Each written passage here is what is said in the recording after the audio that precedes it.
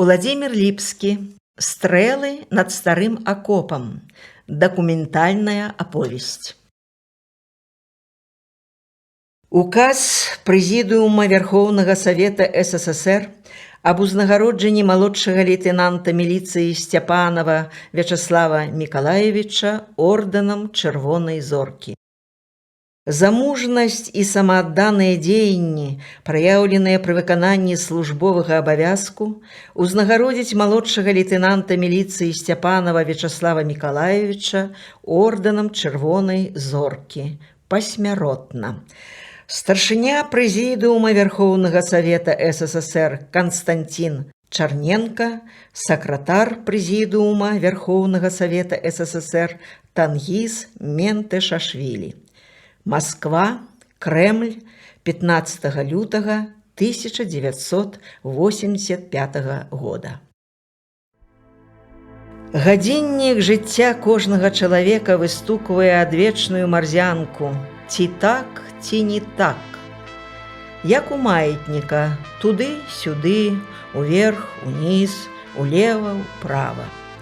І ўсе складанасці разумнага існавання на зямлі у двух вымярэннях: дзень, ноч, цяпло, холад, радасць, гора, смех, слёзы. Каля дняпроўскіх круч пад Рагачовам, дзе над старымі акопамі стаяць салдацкія бярозы ўдовы, сутыкнуліся дабро і зло, подзвіг і злачынства. Кожны атрымаў сваё: зло ганебную смерць, дабро бяссмерце. Пра зло напісана 10 тамоў судовай справы. Іх ніхто не прачытае, яны ўжо ў архіве часу. Я ж хачу ўславіць дабро і подзвіг, якія на зоркавым небе бяссмерця запаліў участковы міліцыянер Вячаслав Сцяпанов.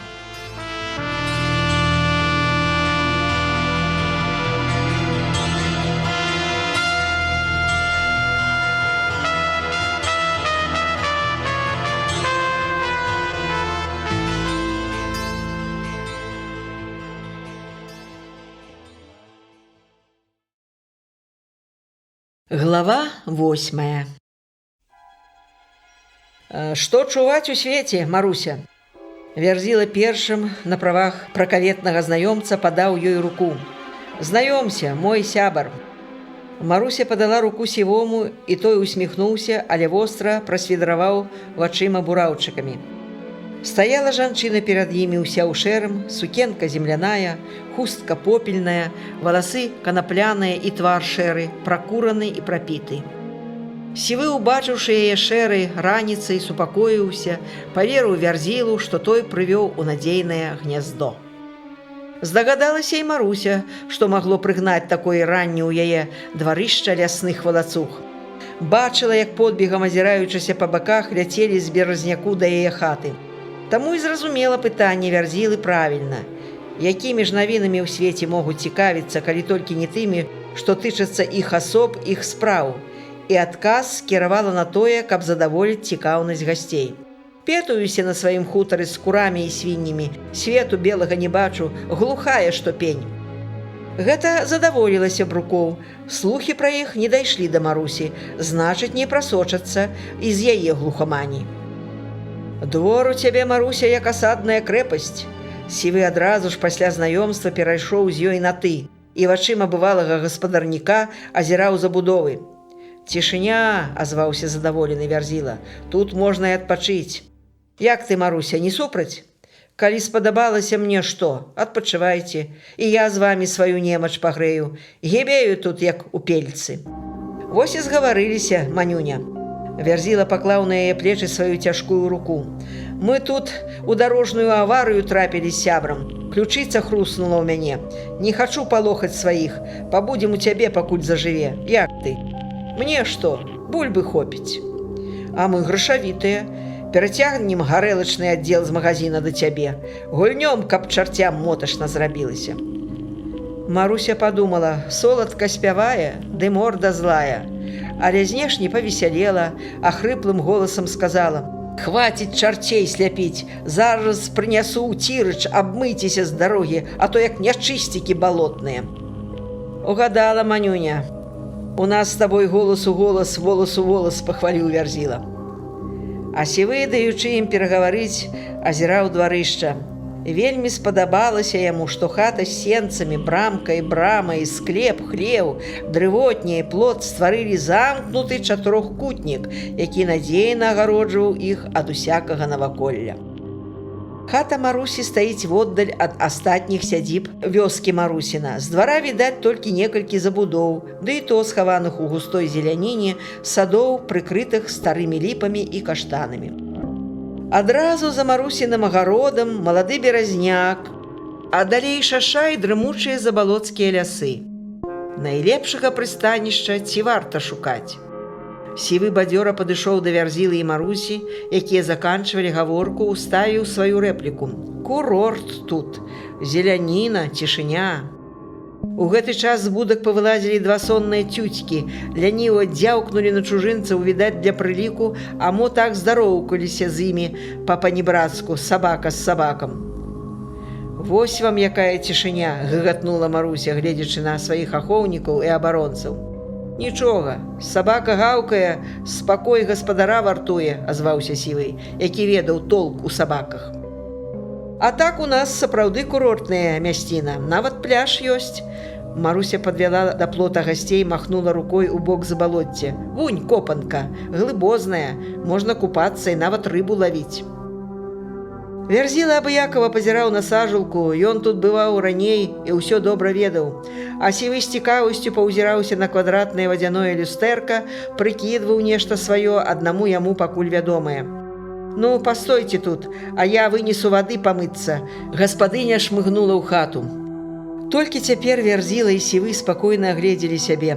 Сапраўдныя кікімары, адзеты ў шэрыя спяцоўкі грузчыкаў з заляпанымі ў гразь калашынамі гэткія шчаравікі. На галаве ў Вярзілы пакамечаны карычневы капялюш. Некалькі дзён няголеныя, густое шчэцце зуватканы ў яго сівізной, схаваным пад дарожным пылам, выдавалі іх валацужную жытку апошніх некалькі сутак. Ну і відок у нас, Віктор, выскаліўся Сівы. Нічога, Вітька, знойдзем тут і да бока, і да вока. Вярзіла зняў капялюш, хацеў пацягнуцца з хрустам у касцях, але нечакана зморшчыўся, ледзь не войкнуў. Ключыца шалее. Добра, што самі не ўцюкаліся. Ключыца загоіцца, як толькі пачнём рэгулярна прымачваць яе, супакоіў Сівы і адначасна нагадаў, што даўно яны прыстойна не выпівалі. Сёння разгавеемся ва ўсю Іванаўскую. З хаты высунулася Маруся, прынесла вядро вады, кубак, палатняны ўцірач, брытву, пачак бінту, пузырок йоду. Давай перавяжу, ласкава зыркнула на Вярзілу. Манюня, мать ты наша, Вярзіла расплыўся ва ўсмешцы. Мы самі ўправімся. Сівы перахапіў з рук жанчыны бінт і йод. А ты, Маруся, злётай лепш у краму, а то пахмялячшчыкі расхапаюць зелле. Сівы сунуў руку за пазуху, з унутранай кішэні выцягнуў, не лічачы некалькіх храбусткіх чырвонцаў. Вазьмі на ўсе, каб лішні раз не бегаць. Грашавіты, не стрымала здзіўлення Маруся, ухапіла ў рукі чырвонцы. А што ж ты думала, прыджгалі на твае харчы? Задаволена азваўся Вярзіла, даючы зразумець, што ён мог бы так шчодра выправіць яе ў магазин. Мо лепш чарніла ўзяць, улезла за сваёй меркай шэрая жанчына. Запомні, Маруся, рэзка абарваў яе Сівы, чарніла лыкаюць алкашы, а мы... Сівы хацеў нешта сказаць, але імгненна перадумаў, на міг запнуўся і тут жа дадаў: мы чарнільны грэх на душу не бяром. Усекла, шэф, пажартавала Маруся, ад чаго Сівы згнюпіўся, згорбіўся над вядром, каб не прыкмецілі яго часовай разгубленасці. Маруся нічога больш не распытвала. Выкаціла з хлява веласіпед, бразнула клямкай у брамцы, ускочыла на двухколку, як баба-яга ў ступу, памчала ў магазин «Космас». Застаўшыся адны, Сівы змікіціў правесці поўны допыт пра нелюдзь Марусю. Адкуль у яе брытва вострая, сынава. Такі ўжо байбус, у арміі служыць. Дачка бзыкнула некуды, Падкінула Марусі на гадоўлю ўнука. А піянер? Піянер, чырвоны каўнер, зняважліва азваўся Вярзіла. У гэты дом, відаць, часцяком наязджаюць бяздомнікі. Нагледзеўся ўсялякіх, і мы для яго станем сваімі. Сівы павесялеў, асмялеў. Давай брытву, зірнуў на Вярзілу, нешта зноў пракруціў сваімі глуздамі. Вусы пакідаем. Як згадаеш, Віцька. Пачалі галіцца, плёхацца ля вядра. На парозе затупацела старая, як прывід лясны. Маршчакаваты твар жоўтай плямай высвечваўся з цёмнай хусткі. «Здарова, бабуля!» – рэзка павярнуўся да яе Сівы. Старая няўцямна буркнула ў адказ, як перахрысцілася, коратка бліснула вострымі вочкамі, нібыта на большы позірк і на размову з чужынцамі не мела права, пашлепала за хлеў. Сівы дапетраў канчаткова. Атаман у двары Маруся, яе воля – закон для ўсіх жыльцоў пад драўляным дахам. У хаце яшчэ адзін божы адуванчык, маці гэтай бабці, растлумачыў Вярзіла. Колькі ж тая пракураддыміла на свеце, калі гэта ледзь нагамі шлёмае, жоўклае, што гурок насеннік. А хто з старых ведае свае гады? Кажуць, за 100 пераваліла. Сядзіць на прыпечку, чакае дохлі. Вярзіла няважліва плюнуў, пакратаў плечуком, як бы ва ўсім свеце найважнейшая балячка, яго пераламаная ключыца, а яны самі, Сівы і Вярзіла, пупы зямлі. Маруся сваіх гасцей не спазнала, ледзь не выпусціла з рук кайстру, у якой брынчэлі поўныя пляшкі. А не гадкі прыкукобіліся, а чыстыя, а вусатыя. Вусы чэсць, а барада і ў казла ёсць, паўтарыў сваю прымаўку Сівы. Вярзіла перавёў гаману на свой лад, падшлёгнуў гаспадыню. «Давай, манюня, снедаць, сонца ўжо уга куды выкацілася, дзе лепш?» Мо на гарышчы ў хляве сянцоў мяне там духмяныя, вачэй і вушэй меней. І на далызных мух таксама. Вярзіла прыняў з рук Марусі цяжкую кайстру, пакіраваў да хлява, за ім Сівы. «Растабарвайцеся, а я гурка ў градах пашукаю». Праз некалькі хвілін Маруся, вохкаючы і сапучы, прыцягнула на гарышча поўны прыпол гуркоў, пёркаў, цыбулі, ладны шмалец сала, таўшчынёю з Вярзілаву далонь. Гарэлка і хлеб былі ў кайстры, якую прыперла з космаса. Сівы адкаркаваў гарэлку, пляснуў у шклянку да краёў, сказаў коратка. «Дзякуй, Маруся, прыгарнула, не дала заклякнуць». «Добра, хлопцы, што заблудзіліся сюды. З вамі і я жыву, а то збабела зусім». «Давай-ма!» – захлёбістымі глыткамі Маруся каўтала гарэлку, аж нос улез у шклянку. Пасля ліхаманкава пачала занюхваць, пакрэктваючы. «Эйч!» – пакацілася па шалунню, што гарох з печы. Сівы і Вярзіла задаволена пачаркаліся, падміргнулі адзін аднаму і таксама апетытна выжлукцілі поўныя шклянкі. Усе захрумсцелі крамянымі гуркамі, твары рабіліся падобнымі на сырое мяса. Пасля трэцяй шклянкі Вярзіла ўспомніў, што трэба перавязаць ключыцу. «Манюня, зрабі ласку. Табе што хочаш зраблю. Скідвай сваю паласатую рубашку. Зарана пачаў насіць такую». Сівы аж ачомаўся ад уедлівага жарту, як бы адляцеў ад яго хмель, закамандаваў. «Сплюнь, Маруся, 3 разы на сухое жэрдзе». Марусі не трэба даўбніць некалькі разоў, яна тут жа выканала просьбу Сівога. Весела і спакойна жаравалася Сівому і Вярзілі ў Марусінам маёнтку. Так прынадна, што праз некалькі дзён, забыўшыся пра сваё няшчасце за пасёлкам Ялізава, пачалі распытваць Марусю, калі ў іхні калгас прывозяць зарплату, дзе знаходзіцца каса, як абсталявана. Была ў іх некалі спроба абрабаваць касіра дзяржбанка ў Быхаве. Пад'ехалі на машыне, сталі ў надзейным месцы, падрыхтавалі пісталеты. У дзвярах банка паказалася жанчына з сумкай у руках. Вярзіла плаўна, як бы крадучыся, пакаціў машыну ўслед за касірам. Непадалёку ад яе тармазнуў. Сівы выхапіў пісталет, падбег да жанчыны і рвануў сумку да сябе. Касір моцна трымала грошы, узняла крык. Пачалі збягацца людзі. Магла з'явіцца міліцыя. Сівы штурхануў жанчыну, ускочыў у масквіч. «Матор, Віктор!»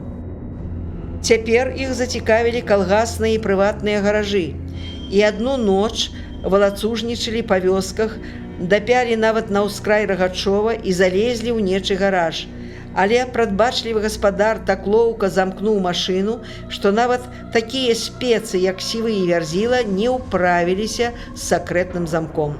Вярнуліся да Марусі на гарышча і зноў беспрабудна глушылі гарэлку.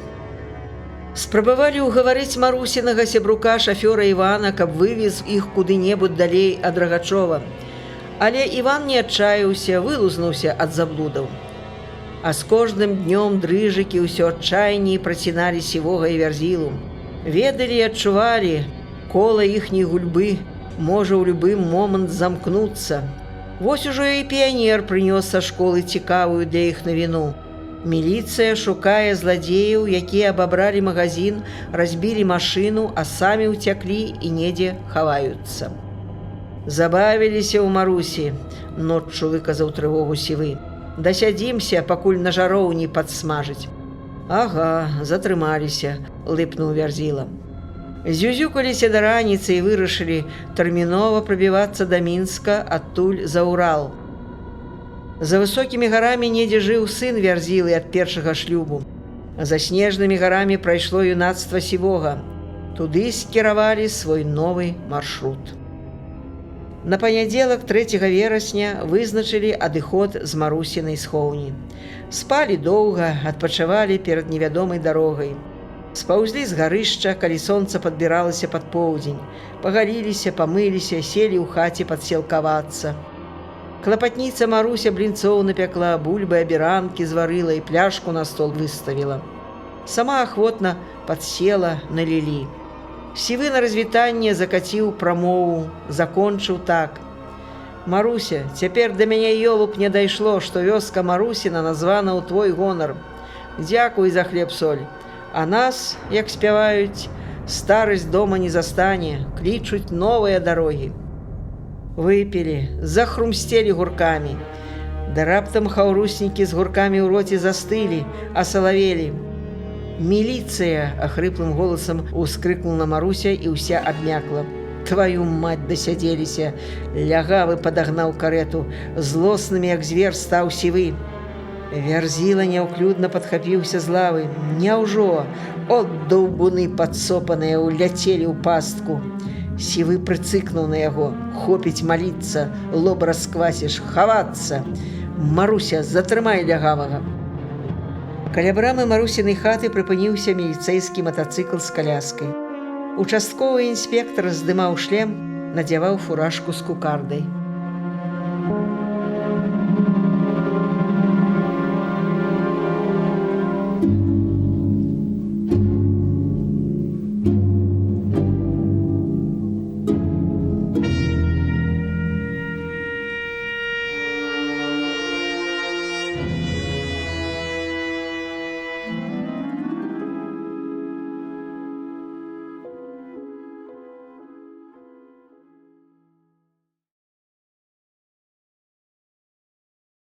Глава 9. Няхай жа лютуе варожая зграя, і бомбамі рвецца дыван ціхіх траў, я губы ад гневу калёнага сцяў і сэрцам радзіма табе прысягаю. Мікалай Сурначоў. Прысяга ў акопах. 1942 год. Слава прачнуўся ад гнятлівага крыку. «А!» – трывожна крычала Іра. «Што з табой? Што прысніла?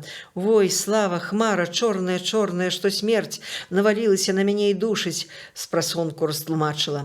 «Ірка, любая, супакойся, ніякай хмары, я побач, і сынок спакойна спіць». Слава ласкава прытуліў жонку да сябе. Праз хвіліну Іра зноў спала, што дзіця, зачараванае дзівосным баем сном. Ад Славы, наадварот, сон адляцеў.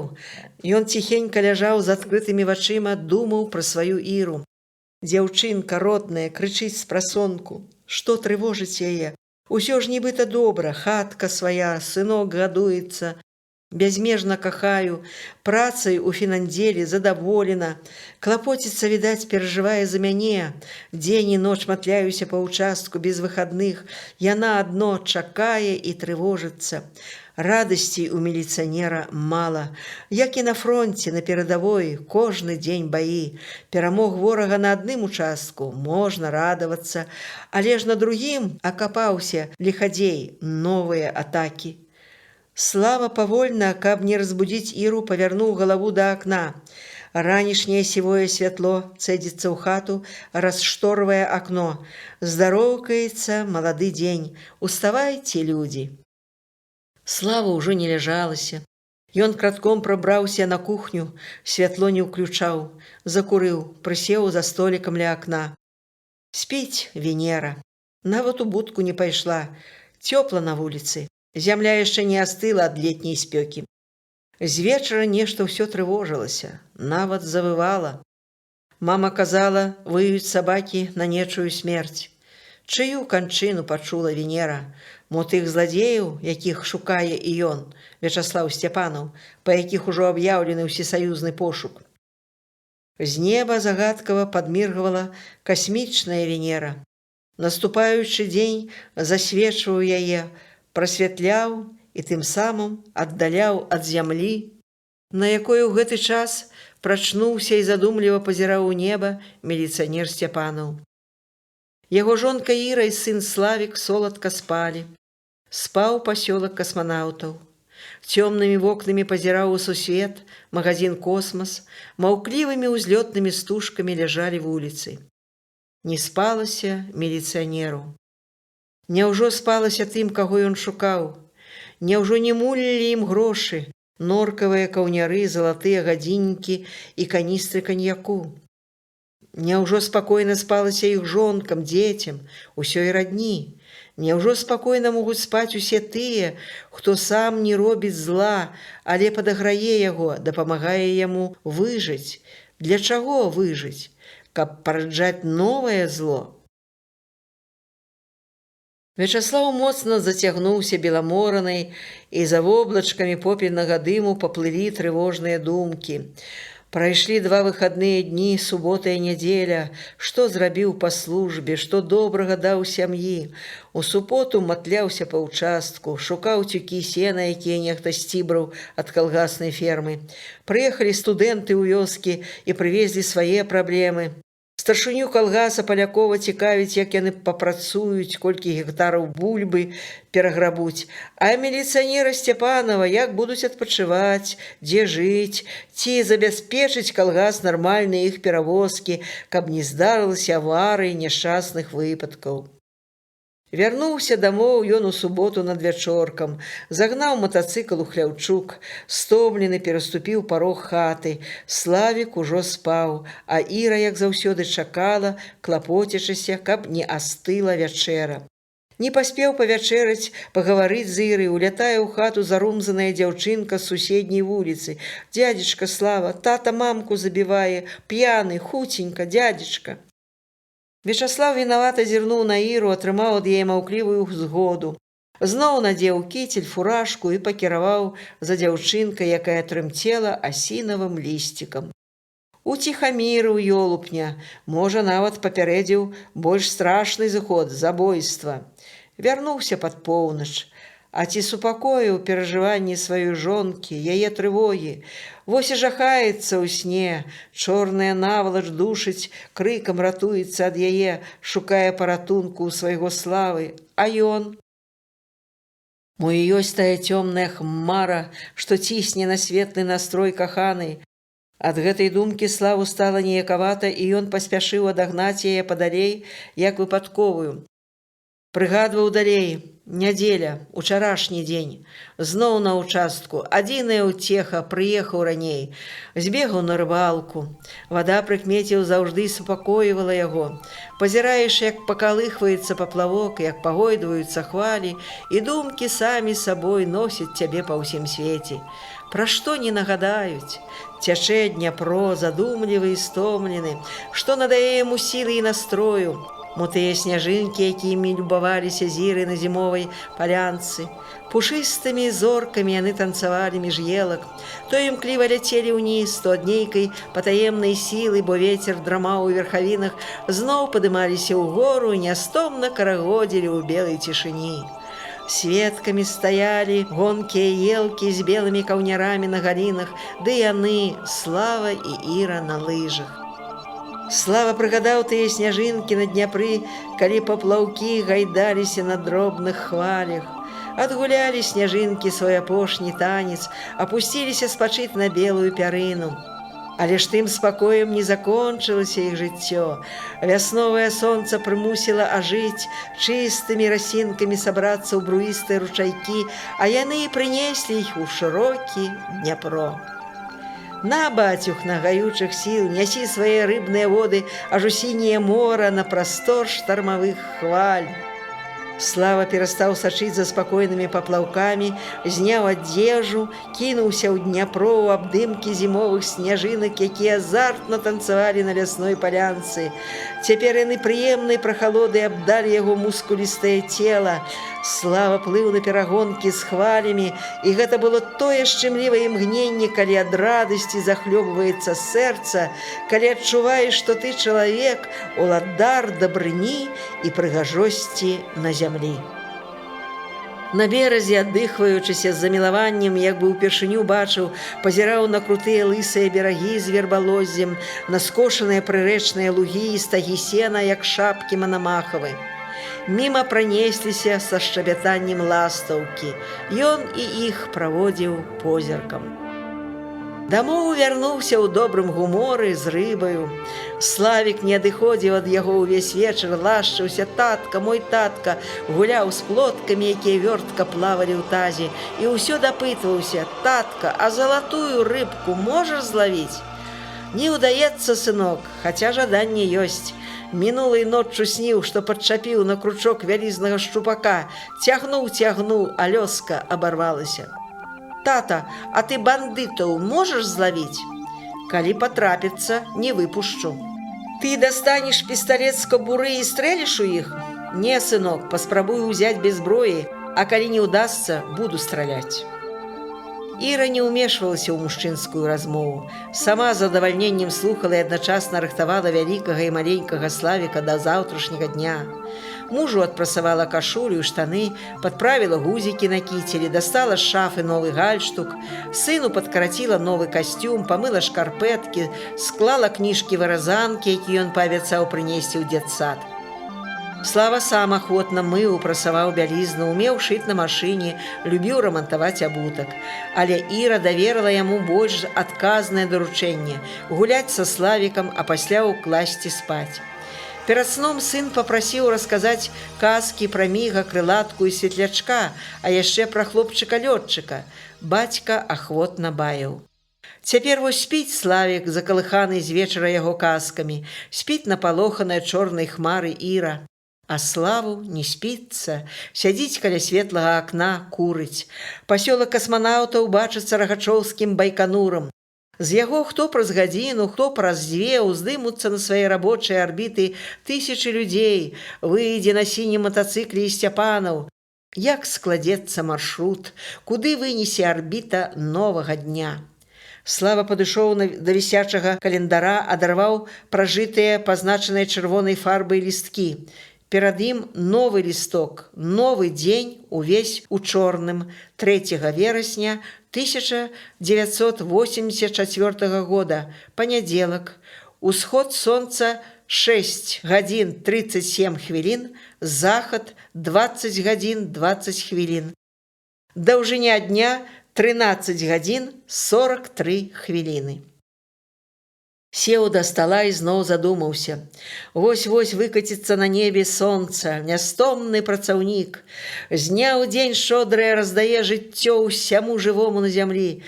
Сёння будзе пасылаць свае гаючыя промні 13 гадзін і 43 хвіліны. Наце вам хларафіл, лебяда і ружы, грэйцеся матылёк і зубр, загарайце і капайце бульбу, беларусы.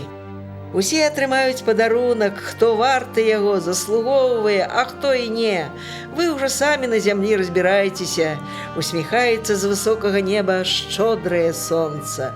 Вось і доўжыцца, колькі існуе свет, барацьба за жыццё пад сонцам, барацьба ў раслінным свеце і барацьба сярод людзей. Перамагаюць добрая сіла, праўда, мужнасць і сумленнасць. Яны самыя моцныя, надзейныя змагары і самыя мудрыя павадыры. Слава з прыемнасцю падумаў, што і ён, участковы Сцяпанаў, верны воін таго мужнага і працавітага войска, якое нястомна змагаецца за дабро і праўду. І як бы ні склаўся для яго дзень 3 верасня, ён застанецца баявым салдатам у баявым страі. Ад гэтага стала святлей на душы, як і на вуліцы. У хаце павіднела так, што можна чытаць газеты. І Слава з прагнасцю пачаў перагортваць цэлы стос перыёдыкі, які ляжаў тут жа на стале. Беларускія газеты прадаўжалі друкаваць матэрыялы да 40-годдзя вызвалення рэспублікі ад нямецка-фашысцкіх захопнікаў. Вялікае свята непераможнага народа. А многія з тых, хто здабыў яго, ляжаць у брацкіх магілах, стаяць бронзавыя на скрыжаваннях дарог. Як жа мы, жывыя, павінны быць удзячны ім, уздыхнуў Слава. Правда пісала пра касманаўтаў Леаніда Кізіма, Уладзіміра Салаўёва, Олега Атькова, Уладзіміра Джанібекава і Святлану Савіцкую, якія неслі касмічную вахту. Святлана Савіцкая першая ў свеце жанчына, якая выходзіла ў адкрыты космас. Слава адклаў газету і ўявіў сабе, як жанчына вольнай птушкай ляцела над планетай Зямля. А яшчэ падумаў Слава, што тэмпературу чалавечага сэрца можна вымераць па тым, як чалавек разумее сапраўдную прыгажосць, як ставіцца да яе, як беражэ, ахоўвае і стварае. Вось в «Камсамольскай праўдзе» Юліян Сямёнаў і Яўген Яўтушенка знаёміць чытачоў з вершамі 8гадовай Нікі Турбіной. Якая тэмпература сэрца ў гэтага дзіцяці? Ты спі, земля, такая голубая, такая невесомая, земная, я буду вечным сторожем твоим. А вось яшчэ мама родная, аб чым клапоціцца акселератка 20-го стагоддзя, што хвалюе яе дзіцячае сэрца, як разумее чалавек лёс. Не забывайте добрые слова, и добрые дела не засыпайте хламом, иначе будет вам обманом предсказанная временем судьба. Трэба выразаць вершы Нікі Турбіной. Слава ўзяў нажніцы. Трэба абавязкова далучыць свайго Славіка да чароўнай крыніцы паэзіі. Няхай не зможа пісаць вершы, усім не дадзена, але любіць іх, умець наталяцца імі добры чалавек павінен абавязкова. Слава звярнуў увагу на кароткае паведамленне ў «Камсамолке». У бліжэйшы час мы пазнаёмім сваіх чытачоў з адважным афіцэрам Георгіем Кудзінавым. Граната ўпала ў баявое аддзяленне машыны, і толькі дзякуючы мужнасці Георгія Кудзінава было выратавана жыццё курсанта, хаця сам афіцэр атрымаў сур'ёзныя раненні. За мужнасць і адвагу ён узнагароджаны ордэнам Чырвонай зоркі. Слава вырашыў абавязкова не прапусціць нумар газеты з нарысам пра Кудзінава. Баявы ордэн Чырвонай зоркі ўяўляўся яму велічнай і самай прыгожай узнагародай. Чырвоная зорка на грудзях, што можа быць большым сімвалам для вызначэння мужнасці? Не ведаў, не мог ведаць і нават не прачуваў Вячаслаў Сцяпанаў, што менавіта за сённяшні дзень, 3 верасня, коштам асабістага жыцця і ён будзе адзначаны такой урадавай узнагародай. А пакуль што Слава вызначаў вячэрнюю праграму на сённяшні дзень. Трэба раней вярнуцца з участка і ў 19:00 паглядзець міжнародны турнір па хакеі Кубак Канады. Сёння цэнтральная гульня – зборная СССР, зборная Чэхаславакіі. Пасля праграмы «Час» фільм «Вечны кліч». Які цікавы вечар чакаецца. Трэба толькі абавязкова вярнуцца раней. Слава зірнуў на гадзіннік, з якім не развітваўся і ноччу, здымаў толькі, як купаўся, ды ў лазні. Нястомныя стрэлкі, малая і вялікая, падбіраліся пад 8. Трэба будзіць Іру і Славіка, але яшчэ няхай трохі паспяць. Круглы гадзіннік «Перамога» з выразным цыферблатам і секунднай стрэлкай заўсёды нагадваў славу дзеда Андрэя, мамінага тату. Яны, кажуць, падобныя адзін на аднаго, ростам каржакаватыя, круглатварыя, з задуменнымі вачыма, з застылай смяшынкай на вуснах, яўнай прыкметай дабрыні і спагадлівай душэўнасці. Некалі яшчэ да арміі, калі Слава вучыўся ў аўташколе, дзед Андрэй папрасіў унука парэзаць дровы на зіму. Захвоціў: «Я заплачу, унучак». Слава, лічыш, яшчэ школьнік, не такі ўжо дарослы, не абрадаваўся дзедаваму рублю, а закрыўдаваў: «Дзядуля, а якую возьмеце з мяне плату за маю маму?» «Умніца, мой Славік, светлую галаву маеш. Не хвалюйцеся, дзядуля, дровы вашы, як у казцы, па вашаму веленню, па майму хаценню, будуць парэзаны». Слава арганізаваў сяброў, і некалькі вечароў шчыравалі ў дзедавым двары. А пасля ён бегаў цэлы тыдзень калоць дровы, складваць. Да дня нараджэння Славы 17 сакавіка, якраз жа ў той год, калі ўнук збіраўся ісці служыць у армію, дзед Андрэй і баба Агапа падарылі яму гадзіннік «Перамога».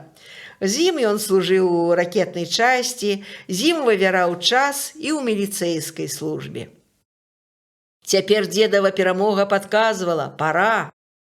Наступіў той крытычны ранішні момант, калі трэба хутка рабіць усё звыклае і патрэбнае, каб не спазніцца на службу. Пабудзіў Іру і Славіка.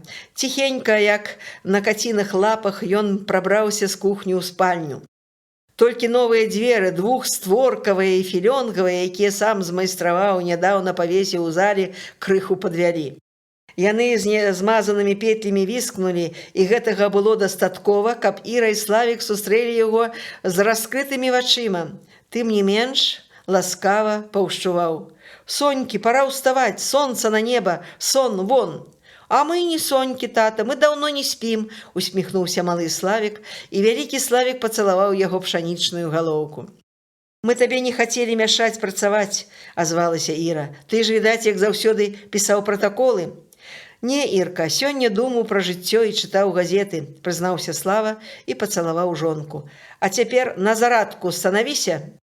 Славік і Іра хуценька надзелі спартыўныя касцюмы, пачалі паслухмяна выконваць усе бацькавы каманды.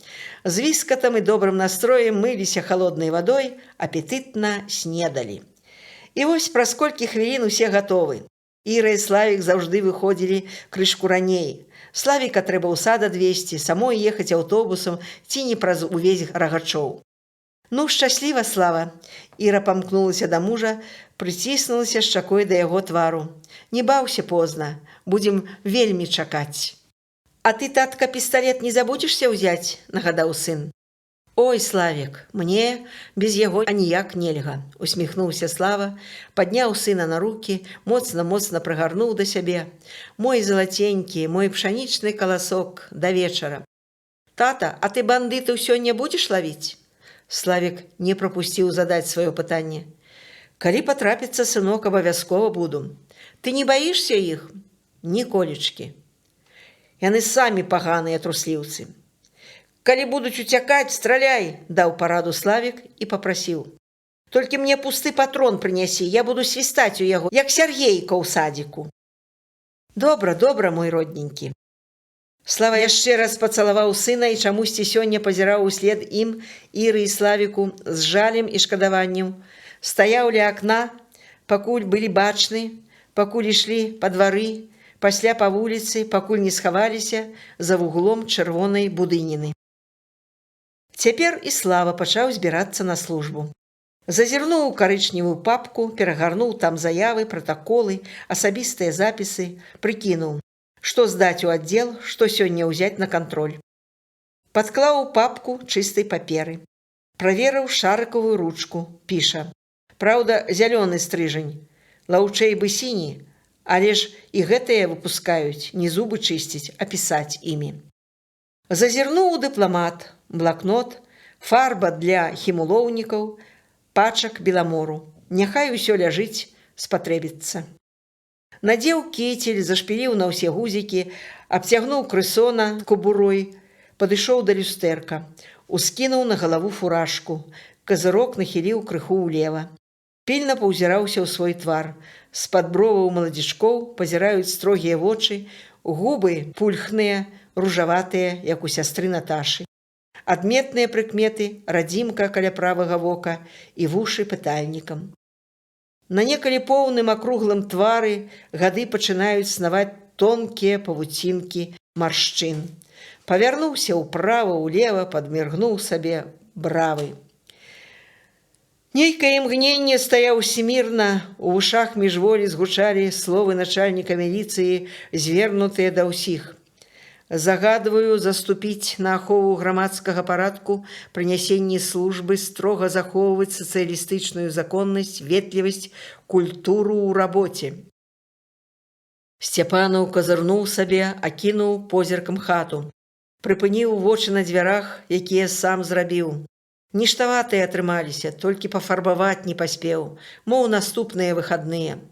Выйшаў на ганак, зачыніў дзверы на ключ, скіраваў да будкі, бо Венера ад радасці, што бачыць гаспадара, немаведама як вішчала, віляла хвастом, нібыта вось-вось адвінціцца і рвала ланцужок аж да хрыпаты ў горле. Сумна адной, хочацца ласкі. Чакай, Венера, сёння прыеду раней. Слава пагладзіў калматую галаву вернага вартаўніка, наказаў пільнаваць двор. З хлеўчука выкаціў сіні матацыкл з каляскай, на якой напісана «Міліцыя». Паклаў у каляску карычневую папку, дыпламат, фуражку, адзеў шлем. Узяўся за ручкі, націснуў на стартар. Матацыкл нехаця фыркнуў, адмаўляўся слухацца, але ўрэшце завёўся. Сцяпанаў выехаў з двара, зачыніў брамку. Перад тым, як включыць хуткасць і даць газу, кінуў развітальны позірк на сваю хатку. Зірнуў на гадзіннік 8:45. Якраз да 9 трапіць у аддзел. Матацыкл імкліва пакаціўся па вуліцы Клімука. Вячаслаў любіў тэхніку. Яшчэ ў школе змайстраваў мадэль рухавіка ўнутранага згарання. Да арміі закончыў курсы аўташколы, пасля працаваў майстрам у той жа школе, завочна закончыў баўбруйскі аўтатэхнікум. Працуючы ў сельгасхіміі, змайстраваў электрафікаваны стэнд для навучання шафёраў. Але ён любіў усялякія машыны не толькі таму, што дасканала ведаў іх. Падабалася хуткасць, каб аж вецер у вушах. Тады адчуваў сябе скрыламі, здаецца, падымаўся ўвысь і адтуль з заміраючым узнёслым сэрцам ляцеў над роднымі краявідамі. Ён і цяпер з настроем ляцеў па асфальтаваных вуліцах Рагачова, і адчувалася, што матацыклам управляе не проста ліхач, а валадар матора і хуткасці, для якога правілы дарожнага руху такі ж закон, як для ўсіх вадзіцеляў. Каля аддзела міліцыі тармазнуў, бадзёра саскочыў з сядзення. Наступіў нейкі дзіўны дзень, калі ён усяму радаваўся і ўсё прыкмячаў у непаўторнасці. Вось і цяпер новы будынак міліцыі падаўся яму вельмі арыгінальным, светлым. Колькі суботнікаў правялі тут усім аддзелам, каб хутчэй справіць наваселле, каб атрымаць добрыя ўмовы для працы. А пасля арганізавалі хор, выступілі з канцэртам у дзень міліцыі. Здаецца, пад музыку з песенным настроем увайшоў Сцяпанаў у пакой нумар 9 на першым паверсе, дзе стаяў яго рабочы стол.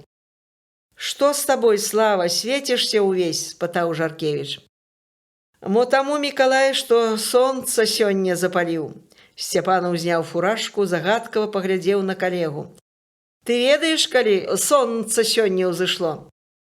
«Ён пад раніцу любіць храпака задаць», – падтрымаў размову Саша Літвінаў. «Дык вось, хлопцы, каб ведалі, сёння 3 верасня, сёння ўзнялося ў 6 гадзін 37 хвілін. Устаў раненька і ўсё бачыў. Неба з цёмнага становіцца шэрым, пасля сівым, белым і пачынае паступова плавіцца, жаўцее, чырванее, барвавее, да раптам, як бы хто выхоплівае з жароўні вялізны кругляк распаленага да барвы металу, і на небе завісае сонца. Чым вышэй падымаецца, тым больш прамяністым і зыркім становіцца. Вось так і пачаўся сонечны дзень. «Паэт ты, Вячаслаў, такое ўбачыць!» – пахваліў, пазайздросціў адначасна старшы інспектар Жаркевіч. «На нашай рабоце, Мікалай, трэба быць крыху і лірыкам, а то душа задубянее». «Скажы чэсна, Слава, маладая жонка дапамагае быць паэтам?» Лейтенант Літвінаў пазіраў на Сцяпанова так, нібыта сваім пытаннем трапіў у самы яблык. «Дапамагае», – адказаў Вячаслаў. І прыгадаў, як трывожна крычала Іра з прасонку, але пра гэта не прызнаўся таварышам. У аддзеле Сцяпанаў затрымаўся амаль да абеду. Пасля нарады меў зручны момант пагаварыць з начальнікам палітаддзела капітанам Купрыенкам, але не адчаяўся. Даўно выспявала просьба папрасіцца на вучобу ў вышэйшую школу міліцыі. Хацелася ўдасканаліць сваю службу да высокай класнасці. Курсы, якія закончыў у Гомелі і Мінску, адчуваў далёка не задавальнялі яго. Да Уладзіміра Васильевича Купрыенкі Сцяпанаў меў асаблівыя пачуцці. Душэўны і строгі, галоўнае, што падкупляла ў начальніка палітаддзела тонкае веданне чалавечай псіхалогіі. Гэта, відаць, спадчыннае, бо яго бацька ўсё жыццё працаваў у міліцыі. І сын таксама пачынаў участковым інспектарам, пасля вучыўся ў Магілёве і Ленінградзе. Размову з Купрыенкам, а мо і з самім начальнікам міліцыі, падпалкоўнікам Бойкам, Вячаслаў вырашыў адкласці на пазней. Трэба яшчэ папрацаваць, пакруціцца на ўчастку. Ды і, відаць, не тактоўна запар дзве просьбы выдаваць. Нядаўна ж падаў рапарт, каб паставілі ў чаргу на жыллё. Супакоіўшы сябе, што правільна паступіў, не палез з просьбай да Купрыенкі, Сцяпанаў далажыў дзяжурнаму па аддзеле аб сваіх рабочых планах да канца дня, выйшаў на вуліцу. Заводзячы матацыкл, падумаў, дзяжурнаму далажыў, што паеду на ўчастак, а маме?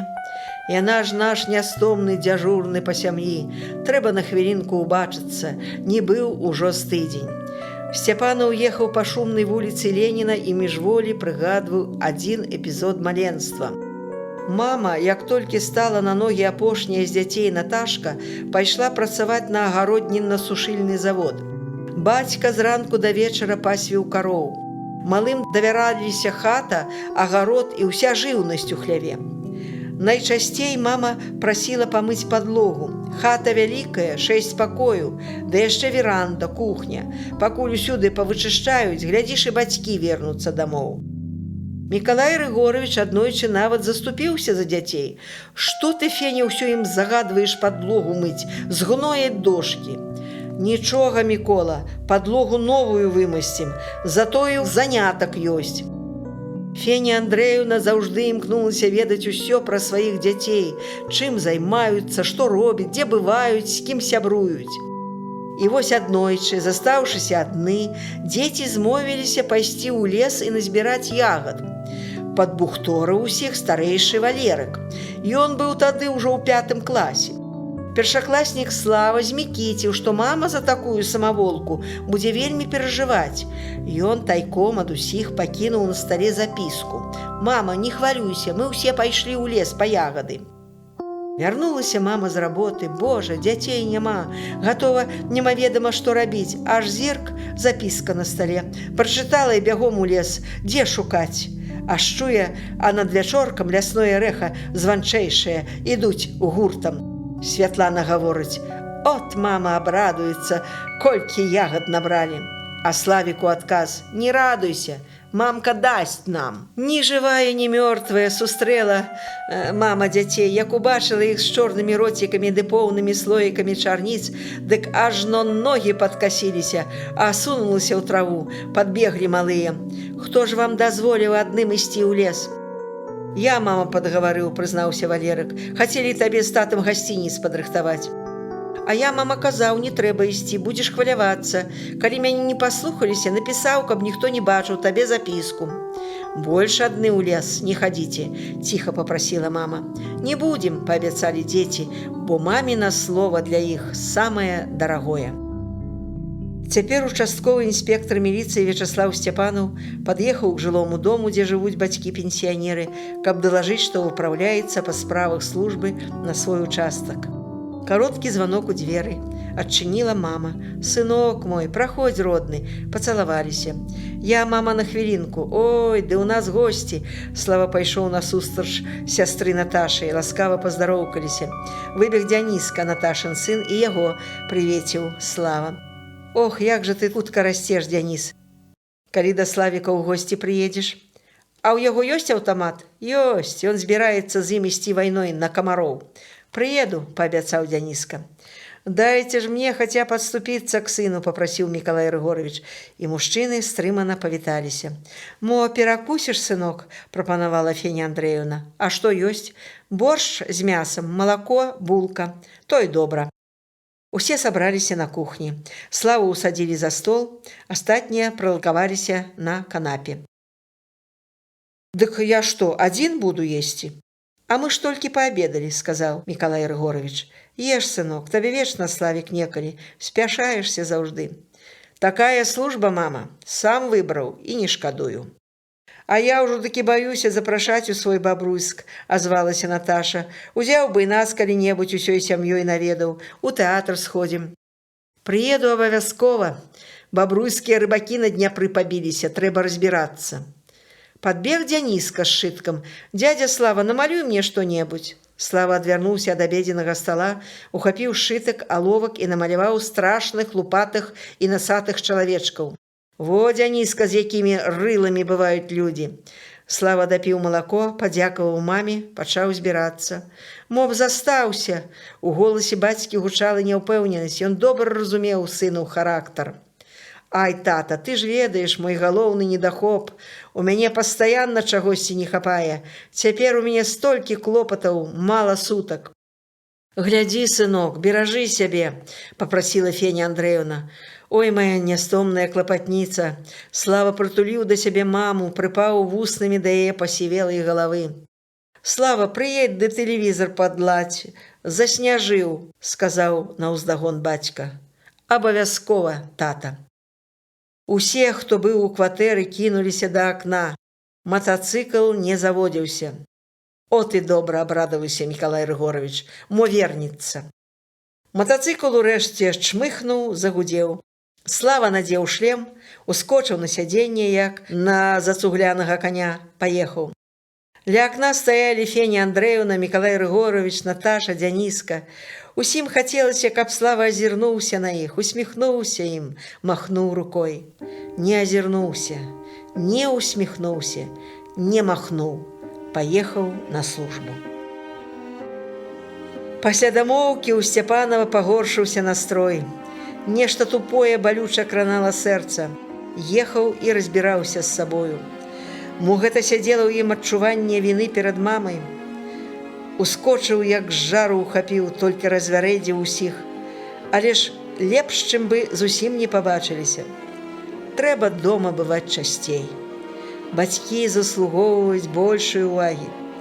Толькі вось часу, каб хто пазычыў.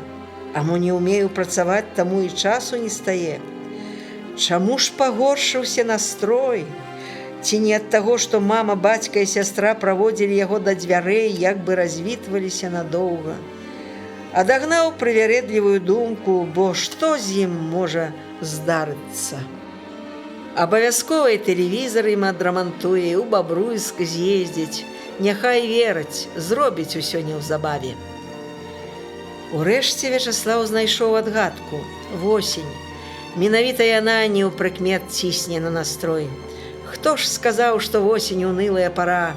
Зірні, паэт, якімі барвамі гарыць лес. Вячаслаў адчуў, што і матацыкл пад ім стаў лягчэйшым, больш паслухмяным і сам павесялеў. Як бы ні круціўся час, ён усё бліжэй да вечара, да сустрэчы з сям'ёй, да жаданага хакея. Усё так, але восень скіравала думкі на свой лад. Дзівак чалавек чакае вечара. Вечар, як і восень, пара падрахункаў пражытага, зробленага, здабытага. Ці заўсёды вясёлая пара, і калі яна чалавечая восень наступае. Пражытыя гады не заўсёды чалавечае багацце. Бывае, што пустацветам старэе чалавек, а бывае, што і да маладога прыходзіць умалотная восень. Матацыкл Сцяпанова ускочыў у вялікую вёску Дварэц. Людзі паважліва віталіся з ім. Зайшоў у сельсавет, перагаварыў з работнікамі, усё ціха, спакойна. Узяў накірунак на Забалоцце. Па дарозе заправіў матацыкл. Пабываў яшчэ ў адным сельсавеце. Зноў жа ўсё ціха і спакойна. Вырашыў праехаць у невялікую вёску Марусіна, што на паўдарозе ад Забалоцця да Рагачова. Далёкія вёскі пакінуў на іншы дзень. Сёння ж абяцаў вярнуцца дамоў раней. А ад Марусіна да яго пасёлка касманаўтаў кіламетраў 5-6. Лічы, як дома. На павароце павярнуў улева, і матацыкл загепаўся па калдобінах. Адно трымай руль, ды сам трымайся, каб не шмякнуцца ў гразь. Дарога пролягала цераз бульбяны палетак, узрыты капалкамі. Бачны сляды трактароў ды калёсных павозак. Яшчэ адзін паварот улева, і Сцяпанаў тармазнуў матацыкл перад першай забудовай. З агародчыка вытыркнулася ўзлахмачаная галава бабці, капала бульбу, разагнулася пацікавіцца, хто едзе. «Падкажыце, бабуля, дзе тут жыве Маруся Заяц?» «Едь, сынок, цераз усё сяло, пасля возьмешся левай рукі, на водшыбе ўбачыш хату з антэнай, побач копанка, там і шукай Марусю, калі знойдзеш. Дзякуй!» Вячаслаў ехаў па Градскай вуліцы, і перад вачыма стаяў дзіўны, як з пярэпалуху, твар бабці. З ахвотай расказвала, дзе жыве Маруся, нібыта жадала, каб там пабываў міліцыянер. Але чаму сказала «шукай, калі знойдзеш»? Нешта ведае і яна. От жа трэба было пастаяць, распытаць, а то адразу «дзякуй» і газануў, дакараў сябе Вячаслаў. Да Марусі Заяц ён збіраўся заехаць даўно. Працавала і жыла ў Рагачове, выселілі за п'янства, распусту. Прыехала сюды да маці. Чым займаецца, як паводзіць сябе, ці прапісана, дзе працуе. Вось якіх пытанняў на запасе участковы інспектар Сцяпанаў да дармаедкі. Ехаў, пракручваў, пра што спытае, чым пацікавіцца, як правядзе з ёй гутарку. І ўсё толькі абураўся. 5-ы дзесятак размяняла кабета, 3 дзяцей займела немаведама ад каго, а за розум так і не ўзялася. Пара падумаць, калі не пра сябе, дык пра сыноў, дачку, якіх пусціла ў свет, кім стануць, якую дарогу выберуць, няўжо ж возьмуць за ўзор матчыны паводзіны, ідэалы, што пакіне ім у спадчыну. Вуліца ў вёсцы Марусіна, як і сама вёска, кароткая. Таму Вячаслаў не прыкмеціў, як прагнаў матацыкл па бязлюднай дарозе, павярнуў крута ўлева, як раіла бабця, і апынуўся перад драўлянай будынінай на водшыбе. Па ўсіх прыкметах у гэтай глушне закубравалася Маруся Заяц. Сцяпанаў паставіў матацыкл ля брамы, заглушыў матор, зняў шлем, кінуў каляску. Надзеў фуражку, прыхапіў з сабой карычневую папку. Можна ўваходзіць. Па звычцы кінуў вострым позіркам наўкол, як бы фатаграфаваў у памяці ўсё, што прыкмячаў. Дварышча, як замак, апаясана плотам, забудовамі ўпрытык. Усярэдзіне звіняць ланцугамі сабакі. Вячаслаў паспрабаваў адчыніць брамку, закрыта з сярэдзіны. Падышоў пад вокны. Нейкая трывожная мітусня кінулася яму ў вочы. Матляліся фіранкі, як бы чуваць тупат. Агідай кальнула сэрца. Зашавялілася клапаўё, не чакалі міліцыянера. Ён ведаў, што каля Марусінай хаты часта прыпыняюцца машыны, матацыклы. Заязджаюць адвесці душу. З кім? Відаць, і тых, хто завітвае сюды, трэба праверыць. Сцяпанаў ад сваіх намераў ніколі не адступаўся. Вячаслаў прыкмеціў, што брамка загарода адкрыта насцеж. Праз яе і вырашыў увайсці няпрошаным і нечаканым. Дзе-дзе, а ў гэтым доме знаў, радасці да яго прыходу не праявяць. Ён увойдзе сюды афіцыйным прадстаўніком савецкай улады, салдатам справядлівасці. Пакуль агібаў сялібу з левага боку, яшчэ раз агледзеў мясцовасць. Адразу ж за агародамі пачынаецца беразняк, а далей векавы лес, яшчэ даваенны. Наваколле восеньскай пазалоце, а над ім чысцюткі блакітны парасон вераснёўскага мроева. Было па-летняму спякотна. Сцяпанаў яшчэ раз акінуў позіркам лес, сады, нівы, неба, усё, што магло цешыць і супакойваць сэрца, і рашуча ўзяўся за брамку, ступіў у двор. Гноем і цвіллю дыхнула ад хлява і склепа, шэрасцю ад усадзістай і падслепаватай хаты. Сабакі з чырвонымі вачыма пачалі драць горлы і зямлю. З хаты, як з чорнай нары, выскачала расхлістаная ускудлачаная кабета. У яе вачах сядзеў дзікі сполах, на твары застыў страх. Сінія патрэсканыя губы трымцелі, ад яе патыхала гарэлкай і цыгарэтамі. «Марыя Александраўна Заяц?» – строга спытаў участковы. «Так», – кабета круціла ў руках хустку. Участковы інспектор міліцыі Сцяпанаў, прадставіўся па ўсіх правілах міліцыянер і ўзяў пад казырок. Прыехаў абследаваць умовы жыцця, хачу даведацца, дзе і кім працуеце, ці прапісаны тут. Прашу для пачатку прад'явіць пашпарт. Ён там, у хаце, я зараз прынясу. А ў хату чаму не запрашаеце? Сцяпанову трэба ж абавязкова агледзець усё, каб мець пэўнае ўяўленне пра Марусін гадзючнік. А мне што, калі ласка, толькі… Што толькі? Не прыбрана, не чакала. А я заўсёды нечакана прыязджаю. На тое мы і міліцыя. Маруся ішла да дзвярэй, падымалася па прыступках на ганак, і Сцяпанаў прыкмеціў, як падкошваюцца ў яе ногі. Вочы бегаюць, што ў злодзея. Эйш, выфранцілася, ні пава, ні варона. Пра такіх кажуць, лоўка спявае, а за пазухай камень трымае.